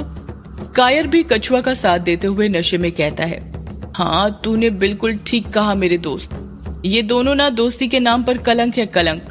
ऐसे दोस्तों के होने से अच्छा तो दोस्तों का ना होना बेहतर है। लोग दोस्ती के लिए अपने प्यार को भूल जाते हैं और यह है कि यक्षिणी के डर से अपने दोस्तों से झूठ बोलते हैं। इन दोनों सालों को ना भगवान को लड़की बनाना चाहिए था। लड़की बनाना चाहिए था पर क्यों? कछुआ हंसते हुए कहता है, अरे ये लड़की होते तो इनके पेट में कोई बात पचती नहीं। ये झट से बता देते कि इन्होंने यक्षिणी के कमरे का दरवाजा खोला था। कछुए की बात सुनकर कायर भी हंसने लग जाता है। कायर प्यार से कहता है, वैसे लड़की से याद आया, बिंदु ना बहुत अच्छी लड़की है। मैं ना उससे बहुत प्यार करता हूँ, पर पता नहीं वो क्यों मुझसे प्यार नहीं करती है। अरे मेरे प्यारे दोस्त, बिंदु भी तुझसे प्यार करती है, बहुत प्यार करती है, पर तुझे बताती नहीं है। मैं ना इन लड़कियों को बहुत अच्छे से जानता हूँ। ये ना लड़कों को बस अपने आगे पीछे घुमाती रहती हैं। ये सब इन्हें पसंद होता है, पर मैं भी ना जानता हूँ कि इन्हें लाइन पर कैसे लाया जाता है। कायर झट से पूछता है, कैसे? तू ना पहले नदी के किनारे पर खड़ा हो जा। खड़ा हो जाऊं पर क्यों? अरे खड़ा तो हो। कायर लड़खड़ाते हुए नदी के किनारे पर जाकर खड़ा हो जाता है। यहाँ फोटो अच्छी आ रही है। मैंने तेरी फोटो खींचूंगा तेरे रिश्ते के लिए भेजने के लिए। क्या कहा? रिश्ते के लिए भेजने के लिए? और नहीं तो क्या, तू नहीं जानता, तू ना बड़ा स्मार्ट दिखता है। जैसे ही तेरी फोटो रिश्ते के लिए भेजूंगा ना, यूं लाइन लग जाएगी लड़कियों की। और जब बिंदु को ये बात पता चलेगी ना, तो देखना कैसे तुझसे आई लव यू बोलती है। दौड़ी चली आएगी सीधे तेरे पास। कायर लहराते हुए कहता है, ये तो बढ़िया आइडिया है, चल जल्दी फोटो खींच। कायर अपने दोनों हाथों को कमर पर रखकर पोज देने लग जाता है। कछुआ मोबाइल के कैमरे से फोटो की जगह वीडियो बना रहा होता है। नशे में होने के कारण उसे ये बात पता ही नहीं चलती है। कछुआ मोबाइल का एंगल बदलते हुए कहता है, अरे जरा वो शाहरुख खान वाला पोज दे जिस पर लड़कियां मरती हैं। अभी देता हूँ। इतना कहकर कायर अपने दोनों हाथ आजू बाजू फैलाकर खड़ा हो जाता है। वाह, ये हुई ना बात। जरा ऊपर आसमान में देख, मौसम कितना अच्छा हो रहा है। बढ़िया फोटो आ रही है। कायर आसमान की तरफ देखते हुए कहता है, अरे हाँ, एकदम बढ़िया मौसम हो रहा है। तेरी सूरत की तरह काले काले बादल। कछुआ मुंह बनाते हुए कहता है, अरे मेरे दोस्त, चल हो गई फोटो, आजा वापस। खींच ली मैंने जितनी फोटो मुझे खींचनी थी। कायर कछुए के पास जाने के लिए अपने कदम आगे बढ़ाने लग जाता है। अभी उसने अपना पहला कदम आगे बढ़ाया ही था कि उसे छन से पायल बजने की आवाज सुनाई देती है। पायल की आवाज सुनकर कायर जहां पर था वहीं पर रुक जाता है। कायर हैरानी के साथ कछुए से पूछता है, कछुए, तूने पायल बजने की आवाज सुनी क्या? कछुआ नशे में कहता है, पागल हो रहा है क्या? नदी के पास कहाँ पायल बजने की आवाज सुनाई देती है? लगता है तुझे कुछ ज्यादा ही चढ़ गई है। कायर को कछुए की बात ठीक लगती है। वो वापस से अपने कदम आगे बढ़ाने लग जाता है, पर जैसे ही वो अपने कदम आगे बढ़ाता है उसे फिर से पायल बजने की आवाज सुनाई देने लगती है। पर इस बार वो उस आवाज को इग्नोर मार देता है और बड़े बेधड़क होकर कछुआ के पास जाने लग जाता है। जैसे जैसे वो अपने कदम आगे बढ़ाया जा रहा था, पायल बजने की आवाज आते जा रही थी। पायल बजने की आवाज काफी तेज हो गई थी, जो अब कछुए को भी सुनाई दे रही थी। कछुआ कायर को रोकते हुए कहता है, 2 मिनट। कायर यार, मुझे भी पायल बजने की आवाज सुनाई दे रही है। कछुए की आवाज सुनकर कायर जहां पर था वहीं रुक जाता है। कायर अपनी पैंट को ऊपर खिसकाते हुए कहता है, ताकि उसके पैर अच्छे से दिख सके। अरे ये कैसे हो सकता है? मैंने तो अपने पैरों में पायल भी नहीं पहनी, फिर पायल बजने की आवाज कैसे सुनाई दे रही है? कछुआ कायर के पैर देखते हुए कहता है, अरे ये तो गजब हो गया। तेरे पैरों में तो जादू है, जादू। बिना पैरों में पायल के बजने की आवाज सुनाई दे रही है। कायर और कछुआ इतने नशे में थे कि उन्हें पता ही नहीं था कि ये कोई मामूली घटना नहीं थी, बल्कि एक पारलौकिक घटना थी। ये सब उन्हें मजाक लग रहा था। कायर यहाँ से वहां कूदने लग जाता है पायल की आवाज सुनने के लिए। कछुआ भी उसका साथ देने के लिए कूदने लग जाता है। वो दोनों इतने नशे में थे कि उन्हें कुछ होश ही नहीं था। कछुए ने हाथ में मोबाइल पकड़ा हुआ था जिसमें रिकॉर्डिंग चालू थी और सब कुछ रिकॉर्ड हो रहा था। वो दोनों यहाँ से वहां कूद रहे थे कि तभी पायल बजने की आवाज बंद हो जाती है। कछुआ उदास होते हुए कहता है, अरे ये क्या, पायल की आवाज आनी बंद कैसे हो गई? कितना मजा आ रहा था नाचने में। कायर कछुए का साथ देते हुए कहता है, हाँ यार, अभी तो मजा आना शुरू हुआ था। कायर ने इतना कहा ही था कि तभी एक लड़की की आवाज सुनाई देती है। सही कहा, अभी तो मजा आना शुरू हुआ था, पर फिक्र मत करो, अभी तुम्हें और मजा आएगा। ऐसा मजा कि तुम फिर कभी किसी चीज का मजा नहीं ले पाओगे। लड़की की आवाज सुनकर कायर और कछुआ दंग रह जाते हैं। उनकी जान उनके हलक में आ गई थी, क्योंकि नशे की हालत में भी उन्हें यह पता था कि नदी के पास रात के वक्त सिर्फ एक ही लड़की की आवाज सुनाई देती है, और वो है यक्षिणी। जैसे ही उनके मन में यक्षिणी का ख्याल आता है, उनका सारा नशा उतर जाता है। पायल बजने की आवाज फिर से सुनाई देने लग जाती है। ऐसा लग रहा था जैसे कोई उन दोनों की तरफ अपने कदम बढ़ा रहा था। वो आवाज उनके पीछे से आ रही थी। जब वो डरते हुए पीछे मुड़ते हैं तो देखते हैं कि उनसे करीब 100 मीटर की दूरी पर एक लड़की खड़ी हुई थी। अंधेरे में खड़े होने के कारण उसका चेहरा क्लियर नहीं दिख रहा था, बस पूरे शरीर की एक काली परछाई दिख रही थी। पर उस परछाई से ये अंदाजा लगाया जा सकता था कि उस लड़की का सुडौल और भरा हुआ बदन था। वो लड़की वहीं पर खड़े होकर कहती है, तुम दोनों यहाँ पर क्या कर रहे हो, वो भी इतनी रात में? ये तो मेरा वक्त है। उस लड़की के सवाल से ऐसा लग रहा था जैसे वो लड़की कायर और कछुए को पहले से जानती थी।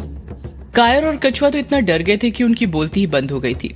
वो लड़की अपनी बात को आगे जारी रखते हुए कहती है, चलो कोई बात नहीं, अब तुम दोनों आ ही गए हो तो खेल शुरू करते हैं, बड़ा मजा आएगा। एक का शिकार तो हो चुका है, 2 शिकार खुद चलकर मेरे पास आ गए। कायर और कछुआ बड़ी मुश्किल से एक घूंट गले से नीचे उतारते हैं। लड़की कहती है, पहले किसे शिकार बनाऊं, कायर तुझे या कछुआ तुझे? कायर और कछुआ तो ये सोचकर हैरान थे कि उस लड़की को उनके नाम कैसे पता थे। वो दोनों एक दूसरे की सूरत देखने लग जाते हैं। अरे तुम दोनों तो कोई फैसला ही नहीं ले पा रहे हो। चलो मैं ही बता देती हूँ, पहले मैं किसे शिकार बनाऊंगी, न कायर को न कछुए को, तुम दोनों को मैं एक साथ शिकार बनाऊंगी। आज रात बड़ा मजा आने वाला है, डबल डोज। ये बात सुनकर कायर और कछुए की सिट्टी पिट्टी गुल हो जाती है। वो लड़की अपने कदम आगे बढ़ाते हुए कहती है, तो क्या बोल रहे थे कायर तुम कि मौसम कमाल का हो रहा है?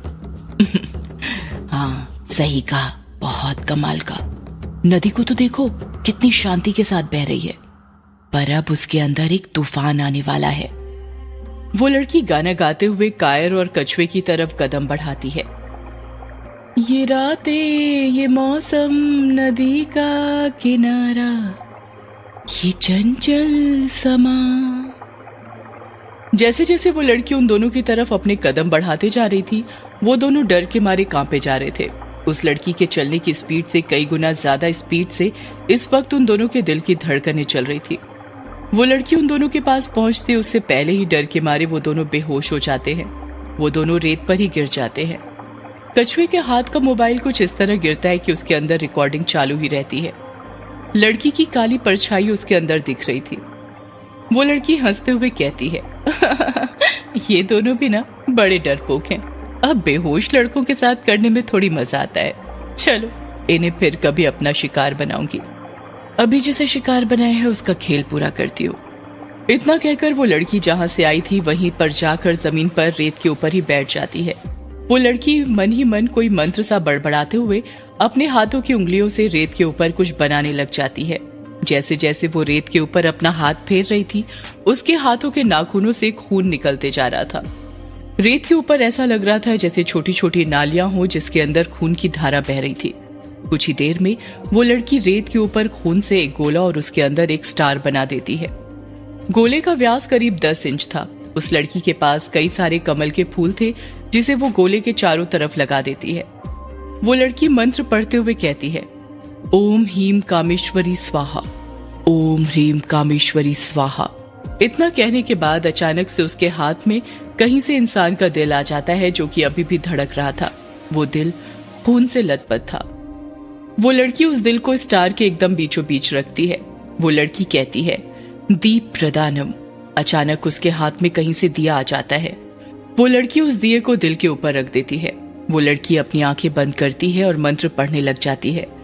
विदेही देवी कल्याणम विदेही परमाम श्रियम रूपम देही जयम देही यशम दे यशो देही द्विशोचही। वो लड़की बार बार यही मंत्र दोहराते जा रही थी। देखते ही देखते दिए की लौ अपने आप जल जाती है। वो दिए की लौ की आग इतनी बढ़ जाती है कि आसपास के कमल के फूलों में भी आग लग जाती है। वो जगह गर्म हो जाती है, इतनी गर्म कि ऐसा लग रहा था जैसे वो लड़की सूरज के पास बैठी हुई हो, जिसकी आग में वो लड़की जल जाएगी। पर उस लड़की को कुछ नहीं हो रहा था। वो एक मायावी लड़की थी। देखते ही देखते आग की लौ कम होने लग जाती है, इतनी कम कि दिल के ऊपर रखा हुआ दिया दिखने लग जाता है। वो लड़की दिए के नीचे से दिल को बाहर निकालती है। उसे अपने हाथ में रखकर पहले तो अपनी लंबी जीभ से चाटती है, फिर एक ही बार में निगल लेती है, जैसे वो किसी इंसान का दिल नहीं बल्कि कबाब हो। वो बड़ी मौज के साथ उसका स्वाद ले रही थी। वो अभी अपने हाथ चाट ही रही थी कि तभी उसकी नजर मोबाइल के कैमरे पर पड़ती है, जिसके अंदर अभी तक का सारा वाकया रिकॉर्ड हो गया था। उस मोबाइल के अंदर अंधेरे में बैठी लड़की की सिर्फ लाल लाल आंखें दिख रही थी, जो मोबाइल के कैमरे को घूर रही थी। उस लड़की की लाल आंखें देखकर कायर, कछुआ, युग और अभिमन्यु डर जाते हैं।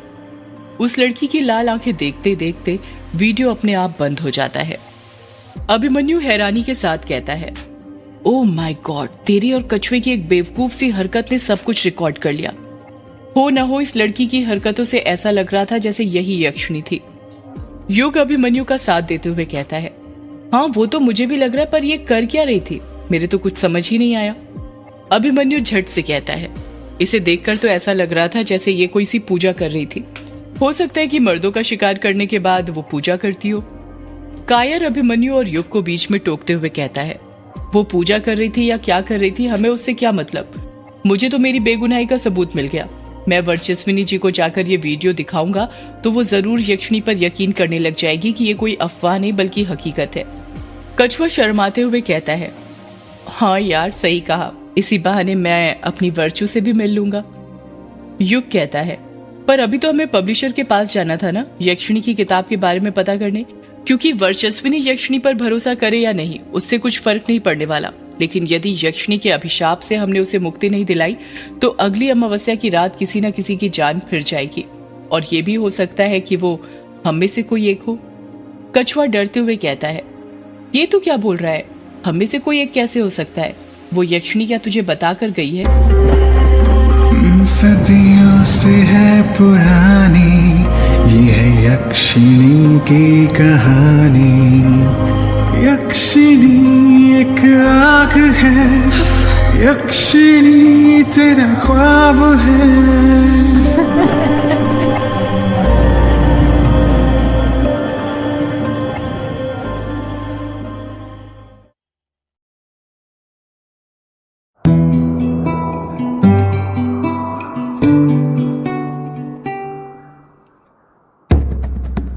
युग चिढ़ते हुए कछुए के सवाल का जवाब देते हुए कहता है, यार कछुए तू कैसी बातें कर रहा है, यक्षिणी मेरी कोई रिश्तेदार थोड़ी है जो मुझे बताकर जाएगी कि उसका अगला शिकार कौन है। मैं तो बस इस बेस पर कह रहा हूं कि जरा खुद ही सोच कर देख। यदि अमावस्या की रात उसे कोई मर्द नदी पार करने वाला नहीं मिला तो वो अपना शिकार करने इसी ग्रेवयार्ड कोठी में आएगी ना। भूल गया, ये ग्रेवयार्ड कोठी उस यक्षिणी का दूसरा ठिकाना है। अभिमन्यु युग की बात से सहमत होते हुए कहता है, यार ये युग की बात में दम तो है, ऐसा हो सकता है, हमें जल्दी से जल्दी यक्षिणी के अभिशाप के बारे में पता लगाना चाहिए। युग झट से कहता है, तभी तो मैं कह रहा हूं हमें पब्लिशर के पास जाना चाहिए मेरे पापा की किताब का पता लगाने के लिए। कायर युग की बात को काटते हुए कहता है, पर यार मुझे अपने आप को बेगुनाह भी तो साबित करना है। वर्चस्विनी जी को तो यही लगता है ना कि मोहित का खून मैंने और कछुए ने मिलकर किया है, और सिर्फ वर्चस्विनी जी को ही नहीं, कल रात बिंदु की सूरत देखकर लग रहा था जैसे उसे भी यही लगता है। युग गुस्सा होते हुए कहता है, तो फिर क्या करें तू ही बता, पब्लिशर के पास नहीं जाएं, यक्षिणी के अभिशाप के बारे में पता ना करें। कायर फटाक से कहता है, मैंने कब कहा ऐसा कि यक्षिणी के अभिशाप के बारे में पता नहीं करते हैं। एक काम करते हैं, तुम लोग पब्लिशर के पास जाओ, मैं पुलिस स्टेशन जाता हूँ ये वीडियो वर्चस्विनी जी को दिखाने। ये वीडियो देखकर वो समझ जाएंगी कि मैं और कछुआ बेगुनाह हैं। युग हैरानी के साथ कहता है, पर यार पब्लिशर के पास तो तुझे भी जाना था ना तेरी शायरी की किताब के सिलसिले में बात करने के लिए। तेरे लिए ही तो रुके थे हम। कायर उदास होते हुए कहता है, बात करनी तो थी यार, पर क्या करूं, इस वक्त मेरे लिए ये ज्यादा जरूरी काम है। मुझे पता है बिंदु मुझसे नाराज है, उसकी नजरों से मैं गिर चुका हूँ। अब जब तक मैं अपने आप को बेगुनाह साबित नहीं कर देता, मैं उसके सामने नहीं जा सकता। इसलिए मुझे ये वीडियो वर्चस्विनी जी को दिखाना ही होगा। तुम तीनों पब्लिशर के पास जाओ, मैं पुलिस स्टेशन जाता हूँ। और रही बात शायरी की बुक पब्लिश कराने की, तो ये काम बाद में भी हो सकता है। इस वक्त जो दाग मेरे दामन पर लगा है उसे साफ करना जरूरी है। कछुआ नजरें चुराते हुए कहता है, अरे तू अकेले कैसे जाएगा, मैं भी चलता हूँ तेरे साथ, आखिर मैं भी तो फंसा हूं ना। कायर कछुए की तरफ देखते हुए कहता है, हाँ मुझे सब पता है तू क्यों चल रहा है मेरे साथ। इसी बहाने तू तेरी वो वर्चू से जो मिल लेगा, आ गई होगी, याद है ना। कायर की बात सुनकर कछुआ शर्माने लग जाता है। अभिमन्यु उन दोनों के बीच में बोल पड़ता है, अब तुम दोनों बातें करना बंद करो और चलो जल्दी। युग और मैं तुम दोनों को बंगला मुड़ा बस स्टॉप तक ड्रॉप कर देते हैं और वहां से तुम दोनों मेहंदी पथार पुलिस स्टेशन जाने के लिए बस पकड़ लेना। कछुआ हंसते हुए कहता है, अरे अब बंगला मुड़ा बस स्टॉप तक छोड़ रहा है तो सीधे मेहंदी पथार पुलिस स्टेशन तक ही छोड़ देना। अभिमन्यु चिढ़ते हुए कहता है, छोड़ क्यों दूं, हम दोनों भी साथ ही चलते हैं ना, फिर मतलब क्या रह जाएगा इतना लंबा डिस्कशन करने का। हमें वक्त बचाना है, वक्त बहुत कम है हमारे पास। गुवाहाटी पहुंचकर वहां पर फ्लाई ड्रीम पब्लिशर को भी ढूंढना है हम दोनों को, इसलिए बस बंगला मुड़ा बस स्टॉप तक ही छोड़ सकते हैं। कछुआ सिर नीचे झुकाते हुए कहता है, ठीक है वहीं तक छोड़ दे। इतना कहकर कछुआ कमरे से बाहर निकलने लग जाता है। उसी के पीछे पीछे युग, अभिमन्यु और कायर भी कमरे से बाहर निकल जाते हैं। इस तरफ अमोदिता धीरे धीरे अपने कदम ग्रेवयार्ड कोठी की तरफ बढ़ा रही थी। अमोदिता ग्रेवयार्ड कोठी से करीब 100 मीटर की दूरी पर थी। रास्ते में चलते वक्त अमोदिता यही सोच रही थी कि वो कैसे युग की फोटो खींचे, क्या बहाना बनाए कि वो युग की फोटो खींच सके। अमोदिता के दिमाग में अभी तक कोई आइडिया नहीं आया था। अमोदिता के सामने ग्रेवयार्ड कोठी का दरवाजा था। अमोदिता ग्रेवयार्ड कोठी के दरवाजे की तरफ अपने कदम बढ़ाते हुए खुद से कहती है, क्या बोलूंगी मैं युग जी से, कैसे खींचूंगी युग जी की फोटो, अगर फोटो नहीं ले गई तो माँ मुझे कच्चा चबा जाएगी। अमोदिता तू एक सौदाइन है, तू ये काम कर सकती है। अपना सौदाइन वाला दिमाग चला अमोदिता और सोच कि कैसे युग जी की फोटो खींचनी है। सोच अमोदिता सोच। यही बड़बड़ाते हुए अमोदिता ग्रेवयार्ड कोठी के दरवाजे के पास पहुंच जाती है। अमोदिता ने ग्रेवयार्ड कोठी का दरवाजा खटखटाने के लिए अपना हाथ उठाया ही था कि तभी अपने आप दरवाजा खुल जाता है। जैसे ही दरवाजा खुलता है वो देखती है कि उसके सामने युग खड़ा हुआ था जिसने दरवाजा खोला था। युग के साथ ही युग के दोस्त कायर, कछुआ और अभिमन्यु भी खड़े हुए थे। युग अमोदिता को दरवाजे पर देखकर शॉक्ड हो जाता है और हैरानी के साथ पूछता है, अरे अमोदिता तुम यहाँ पर, वो भी सुबह सुबह, कुछ काम था क्या? इस वक्त अमोदिता का ध्यान युग के सवाल पर नहीं बल्कि उसके साथ खड़े उसके दोस्तों पर था। वो मन ही मन सोच रही थी, ये युग जी के दोस्त तो इनका साथ छोड़ते ही नहीं है, जब देखो चुंबक की तरह इनसे चिपके रहते हैं। अगर युग जी अकेले मिलते तो किसी न किसी बहाने से फोटो खींच ही लेती, पर अब फोटो कैसे खींचूं, क्या बोलूं, कुछ समझ नहीं आ रहा। काफी देर तक जब अमोदिता कुछ जवाब नहीं देती है तो युग फिर पूछता है, अमोदिता मैं कुछ पूछ रहा हूं तुमसे, जवाब तो दो, कहाँ खो गई?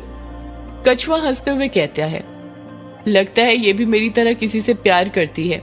मैं कैसे रह रहकर वर्चू जी के ख्यालों में खो जाता हूँ, ये भी किसी के ख्यालों में खो गई है। इसे ही तो प्यार कहते हैं, जब आप किसी के सामने रहकर भी किसी और के ख्यालों में खोए रहते हो। अभिमन्यु कछुए के कंधे पर हाथ मारते हुए कहता है, तू 2 मिनट चुप रहेगा, अपनी ये लव फिलॉसफी के भाषण देना बंद करेगा? युग अमोदिता पर दबाव बनाते हुए फिर पूछता है, अरे अमोदिता यूं मूर्ति बनकर क्यों खड़ी हो? अब बोलो भी, सुबह सुबह यहाँ पर कैसे, किस काम से आई हो? हमें देर हो रही है, हमें जाना है कहीं, बोलो जल्दी। अमोदिता हिचकिचाते हुए कहती है, मैं यहाँ पर किस काम से आई हूँ? वो युग जी, मैं ना यहाँ पर आपकी फोटो। अमोदिता ने इतना ही कहा था कि वो चुप हो जाती है। वो मन ही मन सोचने लगती है, ये मैं क्या कर रही हूँ? अगर मैंने ऐसे ही बोल दिया कि मैं युग जी आपकी फोटो खींचने आई हूँ तो युग जी मुझ पर शक करने लगेंगे। ये अभिमन्यु जी युग जी के साथ ही हैं, ये तो जब देखो मेरे काम में टांग अड़ाते रहता है, मुझे कुछ और सोचना पड़ेगा। युग अमोदिता को हिलाते हुए कहता है, अरे फिर खो गई तुम? मैं कुछ पूछ रहा हूँ तुमसे, जल्दी जवाब दो, क्या काम है, क्यों आई हो यहाँ पर? अमोदिता का दिमाग चल जाता है और वो झूठ बोलते हुए कहती है, वो युग जी मैं ना आपसे मिलने आई थी, मुझे बुआ जी ने भेजा था। युग बौखलाहट के साथ पूछता है। बुआ जी ने मतलब बड़ी माँ ने? क्यों, क्या हुआ अमोदिता? सब ठीक तो है ना? कहीं बड़ी माँ की तबीयत तो खराब नहीं है? अमोदिता फटाक से जवाब देती है, अरे नहीं नहीं युग जी, बड़ी माँ तो एकदम ठीक है। तो फिर बड़ी माँ ने क्यों भेजा है तुम्हें? वो उन्होंने मुझे आपका हाल चाल पूछने के लिए भेजा है। युग उदास होते हुए कहता है, अच्छा, पर बड़ी माँ भी तो आ सकती थी ना, तो उन्होंने तुम्हें क्यों भेजा? अमोदिता मन ही मन सोचने लग जाती है कि युग जी भी ना डिटेक्टिव की तरह एक के बाद एक सवाल पूछते ही रहते हैं। अब क्या जवाब दूं मैं इन्हें, क्या जवाब दूं? हाँ, ये आइडिया ठीक है, यही बोल देती हूँ। अमोदिता जानबूझकर नाटक करते हुए उदासी के साथ कहती है, वो युग जी, बुआ जी तो आना चाहती थी, पर आप तो फूफा जी को जानते ही हैं, उन्होंने मना करके रखा है। वो बहुत नाराज हैं आपसे। आपने वो यक्षिणी के कमरे का दरवाजा खोल दिया ना इस चक्कर में। युग कुछ जवाब नहीं देता है। अमोदिता अपना नाटक जारी रखते हुए कहती है, फूफा जी ने आपसे बात तक करने के लिए मना किया है तो क्या हुआ? आप तो बुआ जी को जानते ही हैं, उनका दिल कितना साफ है, एकदम पानी की तरह। उनके दिल में आपके लिए कितनी ममता भरी पड़ी है। वो अपनी ममता को नहीं रोक पाई और उन्होंने मुझे आपके पास भेज दिया आपका हाल चाल पूछने के लिए। वो बेचारी बहुत डरी हुई है और परेशान है आपको लेकर। युग अपना मुंह फाड़ते हुए पूछता है, बड़ी माँ डरी हुई और परेशान है मुझे लेकर, पर क्यों? परेशानी नहीं होगी तो और क्या? आप यक्षिणी के दूसरे ठिकाने पर रह रहे हैं और अब तो वो आजाद भी हो गई है। तो बड़ी माँ ने मुझे यही पूछने के लिए भेजा है कि आप ठीक तो हैं, कोई दिक्कत तो नहीं हो रही है यहाँ पर आपको रहने में? अगर हो रही है तो आप मेरे साथ हवेली चल सकते हैं, बुआ जी फूफा जी से बात कर लेंगे। युग अमोदिता को मना करते हुए कहता है, नहीं नहीं अमोदिता, मैं यहीं पर ठीक हूँ। ये ग्रेवयार्ड कोठी ज्यादा सुरक्षित है पराये लोगों के बीच में रहने से। अमोदिता समझ जाती है कि ये तंज युग ने दिलीप के लिए ही कसा था। युग अपनी बात आगे जारी रखते हुए कहता है, बड़ी माँ से कहना मैं बिल्कुल ठीक हूँ और वो मेरी फिक्र बिल्कुल भी ना करे। साथ ही अपना और वंदना भाभी का भी ख्याल रखें। देखो अमोदिता, तुम यहाँ पर आई मुझे अच्छा लगा, पर अभी मुझे बहुत देर हो रही है, मैं निकलता हूँ, मुझे जरूरी काम है। अमोदिता हैरानी के साथ पूछती है, क्या कहा जरूरी काम है? पर क्या जरूरी काम है युग जी आपको? आपको पता है मैं कितनी मुश्किल से नदी पार करके आई हूँ और आप हैं कि मेरे आते ही कहीं जा रहे हैं। अमोदिता, मैं समझ रहा हूँ तुम्हारी बात, पर मेरा जाना जरूरी है। ये काम कैसे भी करके आज ही हो जाना चाहिए, वरना बहुत देर हो जाएगी। अमोदिता पूछती है, पर क्या काम है युग जी आपको, आप बताएंगे? युग अमोदिता के सवाल का कुछ जवाब देता उससे पहले ही अभिमन्यु उन दोनों के बीच में बोल पड़ता है, अरे क्या कर रहा है युग, कितनी बातें करेगा, जल्दी चल, हमें देर हो रही है पब्लिशर के पास जाने के लिए। अमोदिता मन ही मन अभिमन्यु को ताने देने लग जाती है। इस अभिमन्यु के बच्चे ने फिर टांग अड़ाई, इसका भी कुछ ना कुछ करना पड़ेगा। पहले ये युग जी को अपने वश में कर लूं, फिर ये अभिमन्यु पर तो ऐसा काला जादू करूंगी ना कि दूसरों के मामलों में टांग अड़ाना ही भूल जाएगा। युग बिना अमोदिता से कुछ कहे झट से ग्रेवयार्ड कोठी का दरवाजा लगाता है। ताला लगाने से पहले उसके मन में अमोदिता का ख्याल आता है और वो उससे पूछता है, अमोदिता, तुम इतनी मुश्किल से नदी पार करके आई हो तो थक गई होगी। अगर तुम यहाँ पर रुककर आराम करना चाहो तो कर सकती हो, मैं दरवाजा खुला ही रख देता हूँ। बाद में तुम ताला लगाकर चाबी यहीं पर रख देना, वैसे भी यहाँ कोई नहीं आता। पहले तो अमोदिता के मन में आता है कि वो युग की बात मान ले और थोड़ी देर आराम कर ले। वो सच में नदी पार करके काफी थक चुकी थी, पर तभी उसके मन में वो वाकया आता है जब वो युग का बाल लेने ग्रेवयार्ड कोठी में आई थी और यक्षिणी ने युग के कमरे में उसके साथ क्या हरकतें की थी। अगर सही वक्त पर युग नहीं आता तो यक्षिणी उसकी इज्जत के साथ भी खेल चुकी होती। अमोदिता डरते हुए कहती है, नहीं नहीं युग जी, आप ताला लगा ही दीजिए, मैं अकेले नहीं रुक सकती इस ग्रेवयार्ड कोठी में। मुझे उस यक्षिणी से बहुत डर लगता है, आपको नहीं पता उसकी हरकतें कैसी हैं। युग अमोदिता की बात पर ध्यान नहीं देता और ग्रेवयार्ड कोठी में ताला लगाने लग जाता है। अमोदिता रजनी के बारे में सोचकर डरने लगी थी। वो मन ही मन सोच रही थी, आज तो मेरी खैर नहीं, माँ मुझे नहीं छोड़ेगी, कहेगी नालायक लड़की तो किसी काम की नहीं है, एक फोटो तक युग की नहीं ला पाई, ऐसे सौदाइन बनेगी। ताला लगाने के बाद युग बाइक के पास जाकर बाइक चालू करने लग जाता है। कायर, कछुआ और अभिमन्यु भी युग के पीछे ही बाइक पर बैठ जाते हैं। युग बाइक चालू कर ही रहा था कि तभी अमोदिता के दिमाग में एक आइडिया आता है और वो खुद से कहती है, माँ को बस युग जी की फोटो ही तो चाहिए ना, वो मैं अभी खींच देती हूँ। इतना कहकर अमोदिता अपने मोबाइल का कैमरा ऑन करती है और युग बाइक चालू करके वहां से निकल पाता उससे पहले ही अमोदिता उसकी फोटो क्लिक कर देती है। युग के साथ साथ बाइक के ऊपर बैठे कायर, कछुआ और अभिमन्यु की भी उसके अंदर फोटो आ जाती है। युग और उसके दोस्त वहां से निकल जाते हैं। अमोदिता खुद से कहती है, हूं ना आखिर मैं भी एक कट्टर सौदाइन। जिस काम के लिए मैं आई थी वो मैंने कर ही दिखाया। सौदाइन कभी खाली हाथ नहीं जाती, अपने काम को अंजाम तक पहुंचा कर ही रहती है। इतना कहकर अमोदिता वापस से अपने कदम हवेली की तरफ बढ़ाने लग जाती है। युग और अभिमन्यु ने कायर और कछुए को बंगला मुड़ा बस स्टॉप पर ड्रॉप कर दिया था। युग और अभिमन्यु गुवाहाटी पहुंच गए थे। युग बाइक चला रहा था और अभिमन्यु पीछे बैठकर मोबाइल में मैप देखकर उसे रास्ता दिखा रहा था। युग बाइक चलाते हुए कहता है, यार ये मैप हमें सही लोकेशन पर तो ले जा रहा है ना? मुझे तो ऐसा लग रहा है जैसे हम बार बार एक ही जगह से गुजर रहे हैं। अभिमन्यु मैप देखते हुए कहता है, अरे सही रास्ते पर जा रहे हैं यार हम लोग। वो क्या है ना, यहाँ पर पहाड़ी वाला इलाका है ना, इसलिए तुझे ऐसा लग रहा है कि हम एक ही रास्ते से गुजर रहे हैं, पर ऐसा कुछ नहीं है। अभी आगे जब मार्केट शुरू हो जाएगा ना, तब देखना कैसे हर रास्ते अलग लगेंगे तुझे। यहाँ से राइट मोड़। युग राइट साइड मोड़ लेता है। बातें करते करते युग और अभिमन्यु आगे बढ़ते जा रहे थे। जैसे जैसे अभिमन्यु रास्ता बताते जा रहा था, युग उस साइड बाइक को मोड़ते जा रहा था। कुछ ही देर में वो लोग गुवाहाटी के मार्केट के अंदर घुस जाते हैं। अभिमन्यु मैप में रास्ता देखते हुए कहता है, यहाँ से लेफ्ट मोड़, यहाँ से सीधा जाने दे। अरे जाने दे ना। हाँ अब राइट ले, आगे से टर्न, आगे से और आगे। अब एकदम सीधे जाने देना, कहीं मत मोड़ना जब तक मैं ना बोलूं। अरे हाँ हाँ जाने दे। अरे लेफ्ट लेना, क्या कर रहा है? बस थोड़ा और आगे है। हाँ यही बस, हाँ पहुंच गए, यहीं पर रुक दे। यही है फ्लाई ड्रीम पब्लिकेशन हाउस, यहीं पर मिल सकती है तेरे पापा की यक्षिणी वाली किताब। सदियों से है पुरानी ये है यक्षिणी की कहानी। यक्षिणी एक आग है, यक्षिणी तेरा ख्वाब है।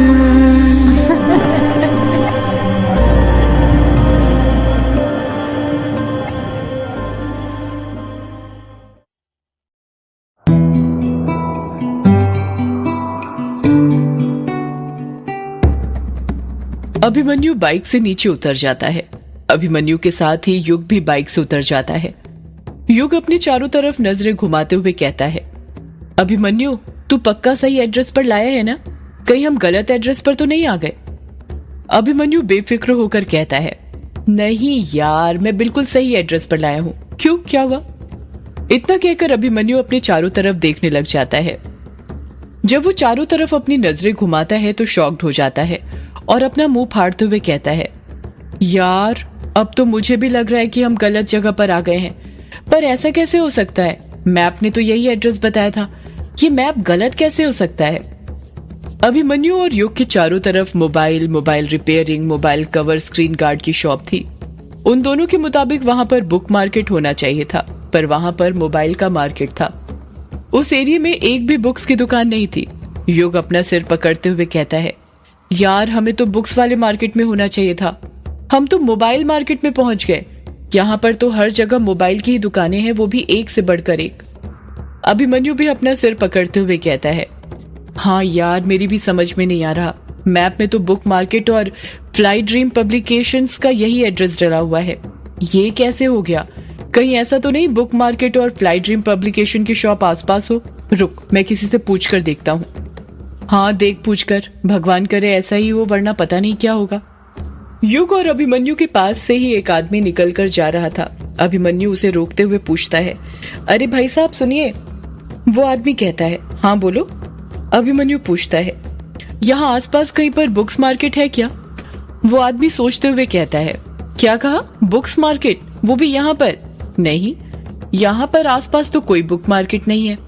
लगता है आप गलत जगह पर आ गए हैं। यहाँ आसपास 3-4 किलोमीटर के इलाके तक कोई बुक मार्केट नहीं है। इतना कहकर वो आदमी वहां से चला जाता है। युग और अभिमन्यु उस आदमी की बात सुनकर उदास हो जाते हैं। युग चिढ़ते हुए कहता है, मैंने कहा था ना तुझे हम गलत जगह पर आ गए, पर तूने मेरी बात नहीं मानी। अब देख उसका नतीजा, ये सब ना तेरी वजह से हुआ है। मुझे ना तुझ पर भरोसा करना ही नहीं चाहिए था।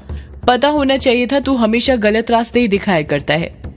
यार तू मुझ पर चिढ़ क्यों रहा है? अब इसमें मेरी क्या गलती है यदि मैप ने एड्रेस गलत बताया तो? मैं तो तुझे उसी एड्रेस पर लाया हूँ ना जो इसमें डला हुआ था। तू रुक, मैं किसी और से पूछ कर देखता हूँ, किसी ना किसी को तो पता ही होगा। हो सकता है उस आदमी को पता ना हो। अक्सर जब किसी को रास्ता नहीं पता होता है तो वो सामने वाले को गलत रास्ता बता दिया करता है। अभिमन्यु के सामने ही मॉडर्न ड्रेस पहनकर एक लड़की खड़ी हुई थी जो मोबाइल चला रही थी।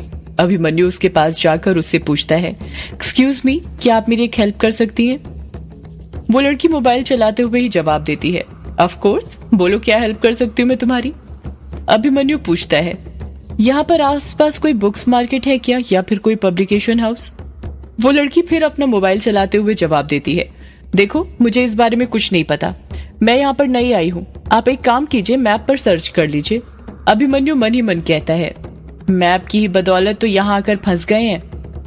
अभिमन्यु और युग मिलकर 4-5 लोगों से बुक मार्केट और पब्लिशर के बारे में पूछते हैं, पर किसी को भी उसके बारे में कुछ पता नहीं था।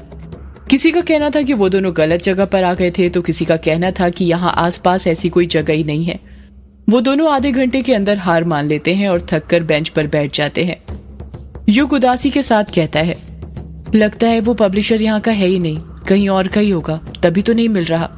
उसका फोन भी नहीं लग रहा कि उससे पूछ लें। हाँ यार, सही कहा, मुसीबतें खत्म होने का नाम ही नहीं ले रही, अब क्या करें? क्या कर सकते हैं, चल ग्रेवयार्ड कोठी वापस। हाँ चल। इतना कहकर युग और अभिमन्यु बेंच पर से उठ जाते हैं। उन दोनों ने वापस जाने के लिए अभी अपनी बाइक की तरफ कदम बढ़ाया ही था कि तभी युग की नजर फुटपाथ पर पड़ती है और वो वहीं रुक जाता है। युग को रुकता हुआ देखकर अभिमन्यु पूछता है, क्या हुआ युग, तू रुक क्यों गया, घर नहीं चलना क्या? युग सामने देखते हुए कहता है, जरा वो सामने देख फुटपाथ पर। जब अभिमन्यु सामने नजरें करता है तो देखता है कि फुटपाथ पर ही एक सेकंड हैंड बुक स्टॉल की दुकान थी, जहां पर एक करीब 55-60 साल का बुढ़ा बैठकर किताब पढ़ रहा था। उस बुढ़े के पास कई पुरानी फटी किताबें रखी हुई थी। युग उस बुढ़े को देखकर कहता है, यार अभिमन्यु, तूने एक बात नोटिस की, इस पूरे इलाके में हर जगह मोबाइल की शॉप है, बस यही एक किताब की दुकान है, वो भी फुटपाथ पर। हो सकता है इसे कुछ पता हो बुक मार्केट या पब्लिशर के बारे में, चल चल कर पूछते हैं। यार मुझे नहीं लगता इसे कुछ पता होगा, उसकी हालत देख, मुझे तो लग रहा है उसका गुजारा भी नहीं हो पा रहा होगा, पता नहीं क्यों खोल कर रखी है किताब की दुकान। हाँ वो तो है, पर हमने इतने सारे लोगों से पूछा है तो इससे पूछने में क्या जाता है। तेरा भी कहना ठीक है, चल पूछ ले इससे भी। युग और अभिमन्यु उस बुढ़े के पास पहुंच जाते हैं। उस बुढ़े ने अभी भी अपनी नजरें किताब पर जमाई हुई थी और बड़े ही ध्यान से किताब पढ़ रहा था। उसे तो पता भी नहीं था कि उसकी दुकान पर कोई खड़ा हुआ था। युग जानबूझकर खांसते हुए कहता है, सुनिए दादा। वो बूढ़ा किताब पर से अपनी नजरें हटाता है और युग से कहता है, हाँ बोलो, कौन सी किताब दूं? रक्त मंदिर, खूनी पिशाच, कैदी आत्मा, बेगानी रूह, राज भारती की, वेद प्रकाश शर्मा की, या फिर मंटो की एक से बढ़कर एक किताब है मेरे पास। या फिर वो परीक्षा वाली किताब चाहिए? अगर वो चाहिए तो वो नहीं है मेरे पास, सिर्फ साहित्यिक किताबें ही है मेरे पास। वो सरकारी नौकरी वाली नहीं रखता मैं, जिसे देखो रट्टू तोते वाली किताबें पढ़नी है। साहित्यिक किताब तो कोई पढ़ता ही नहीं अब। युग उस बूढ़े को टोकते हुए कहता है, वो दादा, हमें कोई किताब नहीं खरीदनी। वो बूढ़ा युग पर भिन्नाते हुए कहता है, अगर किताब नहीं खरीदनी तो यहाँ पर क्यों आए हो? मेरा वक्त क्यों खराब कर रहे हो? इतनी अच्छी किताब पढ़ रहा था, पूरा मूड खराब कर दिया। अभी देवदास पारो से बिछड़ने ही वाला था कि तुम दोनों आ गए। अभिमन्यु मुंह फाड़ते हुए कहता है, क्या कहा? देवदास पारो से बिछड़ने वाला था? ये आप किताब पढ़ रहे हैं या फिर देवदास फिल्म देख रहे हैं? कहीं ऐसा तो नहीं कि आप किताब के अंदर मोबाइल छुपाकर फिल्म देख रहे हैं शाहरुख खान की? अभिमन्यु की बात सुनकर वो बूढ़ा गुस्से से उबल जाता है और अभिमन्यु पर बरसते हुए कहता है, तुम आजकल के नौजवानों को तो कुछ पता ही नहीं है। भूलो मत, देवदास फिल्म अपने शरद चंद्र चट्टोपाध्याय ने लिखी थी, उसी पर फिल्म बनी है। युग धीरे से अभिमन्यु से कहता है, यार तू क्यों फालतू के सवाल पूछकर दादा का ब्लड प्रेशर हाई कर रहा है? जो काम करने आए हैं वो करते हैं ना। युग उस बूढ़े से पूछता है, वो दादा, हम जानना चाहते थे कि यहाँ आसपास कोई बुक मार्केट है क्या? वो बूढ़ा कहता है, हाँ है ना बेटा। उस बूढ़े की बात सुनकर युग और अभिमन्यु खुश हो जाते हैं। वो दोनों खुशी से फूले नहीं समाते।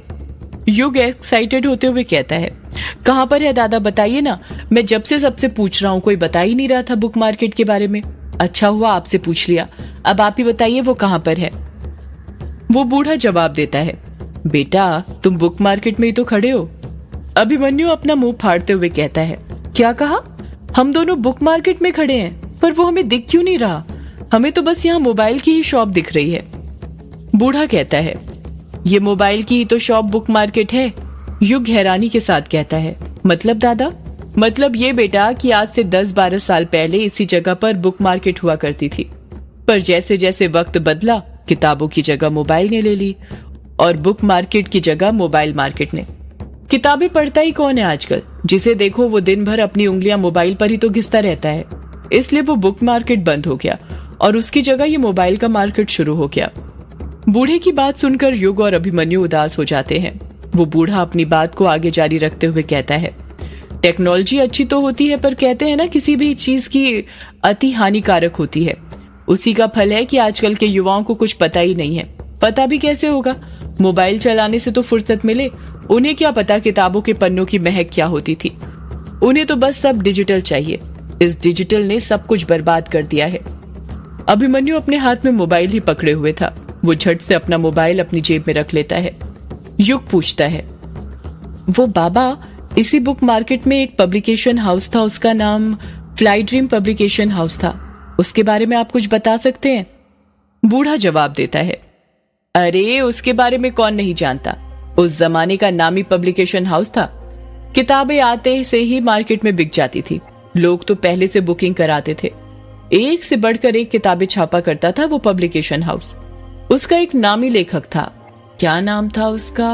हाँ, याद आया, अनुराग। यही नाम था उस लेखक का। क्या तो लिखता था वो लेखक, पूरी की पूरी हॉरर उपन्यास। उसकी कहानियों से लोगों के दिल दहक जाते थे। सच कहूं तो वो पब्लिकेशन हाउस सिर्फ अनुराग बाबू की ही किताबों पर चलता था। युग धीरे से कहता है, वो पापा थे मेरे। वो बूढ़ा खुश होते हुए कहता है, अच्छा तो तुम हो लेखक बाबू के बेटे? बड़े ही बढ़िया लेखक थे तुम्हारे पापा। क्या तो लिखते थे। मेरे पास उनकी 3-4 किताबें अभी भी रखी हुई हैं, तुम बोलो तो दूं? अभिमन्यु झट से पूछता है, क्या आपके पास उनकी ऐसी कोई किताब है जो यक्षिणी पर हो?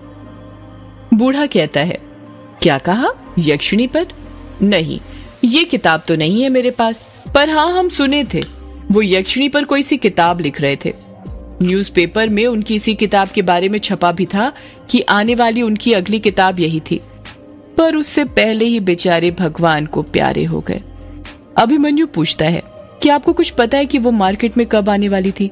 क्या वो किताब पूरी हो गई थी?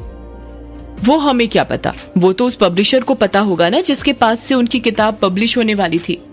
हम सुने थे कि यही फ्लाई ड्रीम के पास से पब्लिश होने वाली थी। युग फटाक से पूछता है, क्या आप बता सकते हैं अभी फ्लाई ड्रीम पब्लिकेशन हाउस कहाँ पर शिफ्ट हो गया है? शिफ्ट की क्या बात करते हो बेटा, वो तो बंद हो गया कब का। युग अपना मुंह फाड़ते हुए कहता है, क्या कहा? बंद हो गया है? हाँ, हम बताए तो थे अभी कि फ्लाई ड्रीम पब्लिकेशन हाउस सिर्फ तुम्हारे पिता की किताबों पर चलता था। एक ही तो लेखक था उनके पास, बढ़िया धांसू सा। तुम्हारे पापा का देहांत होने के बाद वो पब्लिकेशन हाउस भी 6-7 महीने के अंदर ही बंद हो गया था। अभिमन्यु उदासी के साथ कहता है, अरे ये तो बहुत बुरा हुआ। बूढ़ा कहता है, हाँ वो तो है, पर हाँ, यदि तुम उस पब्लिशर से मिलना चाहो तो मिल सकते हो। वो इसी शहर में रहते हैं, ये जो गुवाहाटी के पास गांव पड़ता है ना, वहां पर ही रहते हैं। युग हैरानी के साथ पूछता है, आपको कैसे पता है उस पब्लिशर और मेरे पापा के बारे में इतना कुछ? पता कैसे नहीं होगा, मैं भी तो पहले वहीं पर काम करता था उस पब्लिशर के पास। बूढ़े की बात सुनकर युग और अभिमन्यु और शॉक्ड हो जाते हैं। वैसे तो मैं लेखक बनने गया था, पर लेखक बनना सबके बस में नहीं होता। कहानियां तो सबके पास होती हैं, पर असली लेखक वो होता है जिसे उस कहानी को पन्नों पर उकेरने का हुनर पता होता है। मैं उसी पब्लिकेशन हाउस में हेल्पर के रूप में काम करने लग गया था। जब पब्लिकेशन हाउस बंद हुआ तो मेरी रोजी रोटी भी बंद हो गई थी, पर किताबों से मुझे बड़ा लगाव था। सोच लिया था चाहे कुछ भी हो इन्हें नहीं छोड़ूंगा। इसलिए ये जो जगह देख रहे हो ना, यहीं पर पहले पब्लिकेशन हाउस था। वहीं पर अपना सेकंड हैंड बुक की दुकान खोल ली। अब किताबें पढ़ भी लेता हूँ और बेच भी देता हूँ। अभिमन्यु धीरे से पूछता है, गुजारा हो जाता है आपका? गुजारा तो नहीं होता, पर दिल को तसल्ली मिलती है। एक अलग ही सुकून देती है ये किताबें मुझे। युग उस बूढ़े से अपने पिता की किताबें खरीदता है, उसे पैसे देता है और अभिमन्यु के साथ पब्लिशर के घर जाने के लिए निकल जाता है। उसे पूरी उम्मीद थी कि पब्लिशर के घर उसे यक्षिणी वाली किताब मिल जाएगी। इस तरफ कायर और कछुआ बस के अंदर थे और मेहंदी पथार जा रहे थे। बस के बाहर जोरों की बारिश हो रही थी। बस के अंदर काफी भीड़ थी। लोगों के लिए बैठने के लिए भी जगह नहीं थी। इसलिए बहुत सारे लोग खड़े हुए थे। 30 लोगों की कैपेसिटी वाली बस में करीब 50 लोग थे। कछुआ और कायर साथ साथ ही बस की सेकंड लास्ट सीट पर बैठे हुए थे। कायर कछुए पर गुस्सा होते हुए कहता है, कछुए तुझे बोला था ना मैंने छाता रख ले बारिश होगी, पर तूने मेरी बात नहीं मानी। अब देख रहा है ना कितने जमकर बादल बरस रहे हैं, ऐसा लग रहा है जैसे बादल फट गए हो। कछुआ कहता है, यार अब इसमें मेरी क्या गलती है, तूने खुद देखा था ना जब निकले थे तब बिल्कुल भी बादल नहीं थे, पर पता नहीं कहां से आ गए अचानक से। कछुए तू भूल कैसे सकता है, हम लोग मेघालय में रहते हैं और यहाँ पर कभी भी बारिश होती रहती है। अब तेरे कारण भीगते हुए पुलिस स्टेशन जाना पड़ेगा। अरे नहीं भीगेंगे यार, मेहंदी पथार बस स्टॉप के सामने ही तो पुलिस स्टेशन है, देखना हम दौड़ लगाते ही पहुंच जाएंगे। कायर मुंह बनाते हुए कहता है, हाँ देखता हूँ कैसे दौड़ लगाता है तू कछुए। तू ये मोबाइल क्यों चला रहा है जब से बस में बैठा है, जेब में रख ले। कछुआ शर्माते हुए कहता है, अगर जेब में रख लूंगा तो मुझे पता कैसे चलेगा कि वर्चू जी ने मेरी फ्रेंड रिक्वेस्ट एक्सेप्ट की है या नहीं।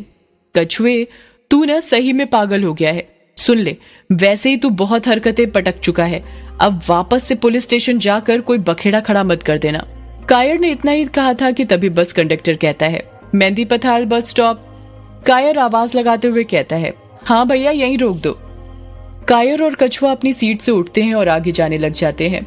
कछुए ने अभी भी अपने हाथ में मोबाइल पकड़ा हुआ था। बस के अंदर काफी भीड़ थी जिस कारण कायर और कछुए को उन्हें साइड करते हुए आगे जाने में दिक्कत हो रही थी।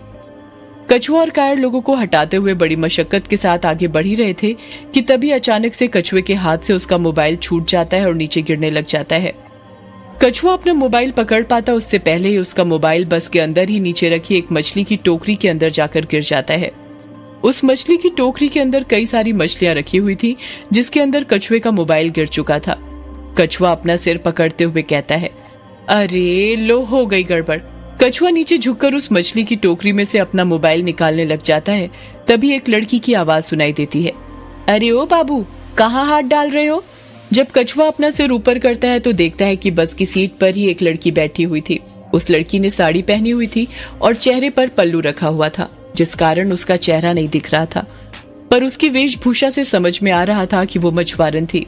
वो लड़की कहती है, शर्म नहीं आती बाबू इस तरह किसी की अमानत में हाथ डालते हुए। कछुआ उस लड़की का चेहरा देखने के लिए उतावला होने लग जाता है और झुककर उस लड़की का चेहरा देखने लग जाता है। वो जानना चाहता था कि जिस लड़की की इतनी प्यारी आवाज थी असल में वो दिखती कैसी होगी। सदियों से है पुरानी ये है यक्षिणी की कहानी। यक्षिणी एक आग है, यक्षिणी तेरा ख्वाब है।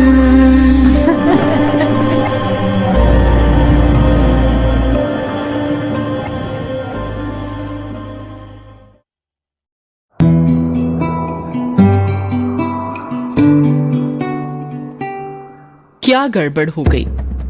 कछुआ उस लड़की का चेहरा देख पाता उससे पहले ही कायर उसे टोक देता है और चिढ़ते हुए कहता है, अबे अब तू नीचे बैठकर क्या कर रहा है, चल जल्दी उतरना नीचे। कछुआ मछली की टोकरी में अपना मोबाइल ढूंढते हुए कहता है, अरे मोबाइल ढूंढ रहा हूं यार। मछली की टोकरी गहरी थी जिस कारण कछुए का मोबाइल टोकरी के तले पर चला गया था। बस की सीट पर बैठी लड़की कहती है, अरे ओ बाबू क्या कर रहे हो तुम मेरी टोकरी में हाथ डालकर, दिन दहाड़ी चोरी करते हुए शर्म नहीं आती क्या। कछुआ हकलाते हुए कहता है, वो मैं ना अपना मोबाइल ढूंढ रहा हूँ इसके अंदर। वो लड़की फटाक से कहती है, मोबाइल ढूंढ रहे हो या मेरी मछलियां चुरा रहे हो।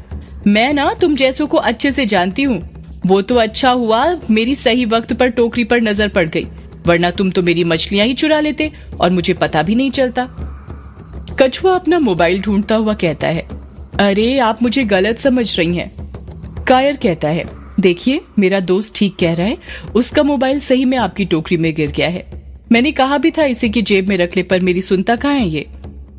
वो लड़की कायर की तरफ देखते हुए कहती है, तुम कहते हो तो तुम्हारी बात मान लेती हूँ मैं, तुम सीधे दिखते हो, ये तुम्हारा दोस्त तो शक्ल से ही बदमाश लगता है। लड़की की बात सुनकर कछुआ कायर को घूरने लग जाता है और मन ही मन सोचने लगता है, ये कायर इसे किस एंगल से सीधा लग रहा है, ये साला तो जलेबी से भी ज्यादा टेढ़ा है। वो लड़की सीट पर से खड़े होते हुए कहती है, हटो वहां से, तुम्हें नहीं मिलने वाला तुम्हारा मोबाइल, ये मेरी टोकरी है और मैं ही तुम्हें तुम्हारा मोबाइल ढूंढ कर दे सकती हूँ। कछुआ टोकरी में से अपना हाथ निकाल लेता है। जब वो लड़की टोकरी के अंदर कछुए का मोबाइल ढूंढने के लिए अपना हाथ अंदर डालती है तो कायर और कछुआ उसका गोरा और पतला हाथ देखते ही रह जाते हैं। कछुआ धीरे से फुसफुसाते हुए कहता है, यार कायर, जब इसका हाथ इतना सुंदर है तो ये लड़की कितनी सुंदर होगी। वो लड़की फटाक से कहती है, क्या बोले तुम, जरा एक बार और बोलना। ये हाथ जितने सुंदर है ना, उतना ही बढ़िया गालों पर छपते भी हैं। कछुआ अपनी नजरें चुराने लग जाता है। वो लड़की जैसे ही अपना हाथ मछली की टोकरी के अंदर डालती है, उसके हाथ में कछुए का मोबाइल लग जाता है। वो कछुए का मोबाइल बाहर निकाल लेती है और कछुए को देते हुए कहती है, ये लो, संभाल कर रखो अपना मोबाइल। वो तो मैं हूं इसलिए दे रही हूं, वरना मेरी जगह कोई और मछुआरन होती तो नहीं देती। कहती जिसकी टोकरी सामान उसका। इतना कहकर वो लड़की कछुए का मोबाइल उसे देने लग जाती है। जब कछुआ अपना मोबाइल लेने के लिए अपना हाथ आगे बढ़ाता है और जैसे ही वो लड़की मोबाइल कछुए की हथेली पर रखती है, कछुए की बॉडी में एक करंट समा जाता है। उसके रोम रोम जाग उठते हैं। उस लड़की के हाथ के स्पर्श में ही सिर्फ इतना आकर्षण था कि कछुए के अंदर की काम इच्छा जाग चुकी थी। वो भूल चुका था कि इस वक्त वो पब्लिक बस के अंदर था।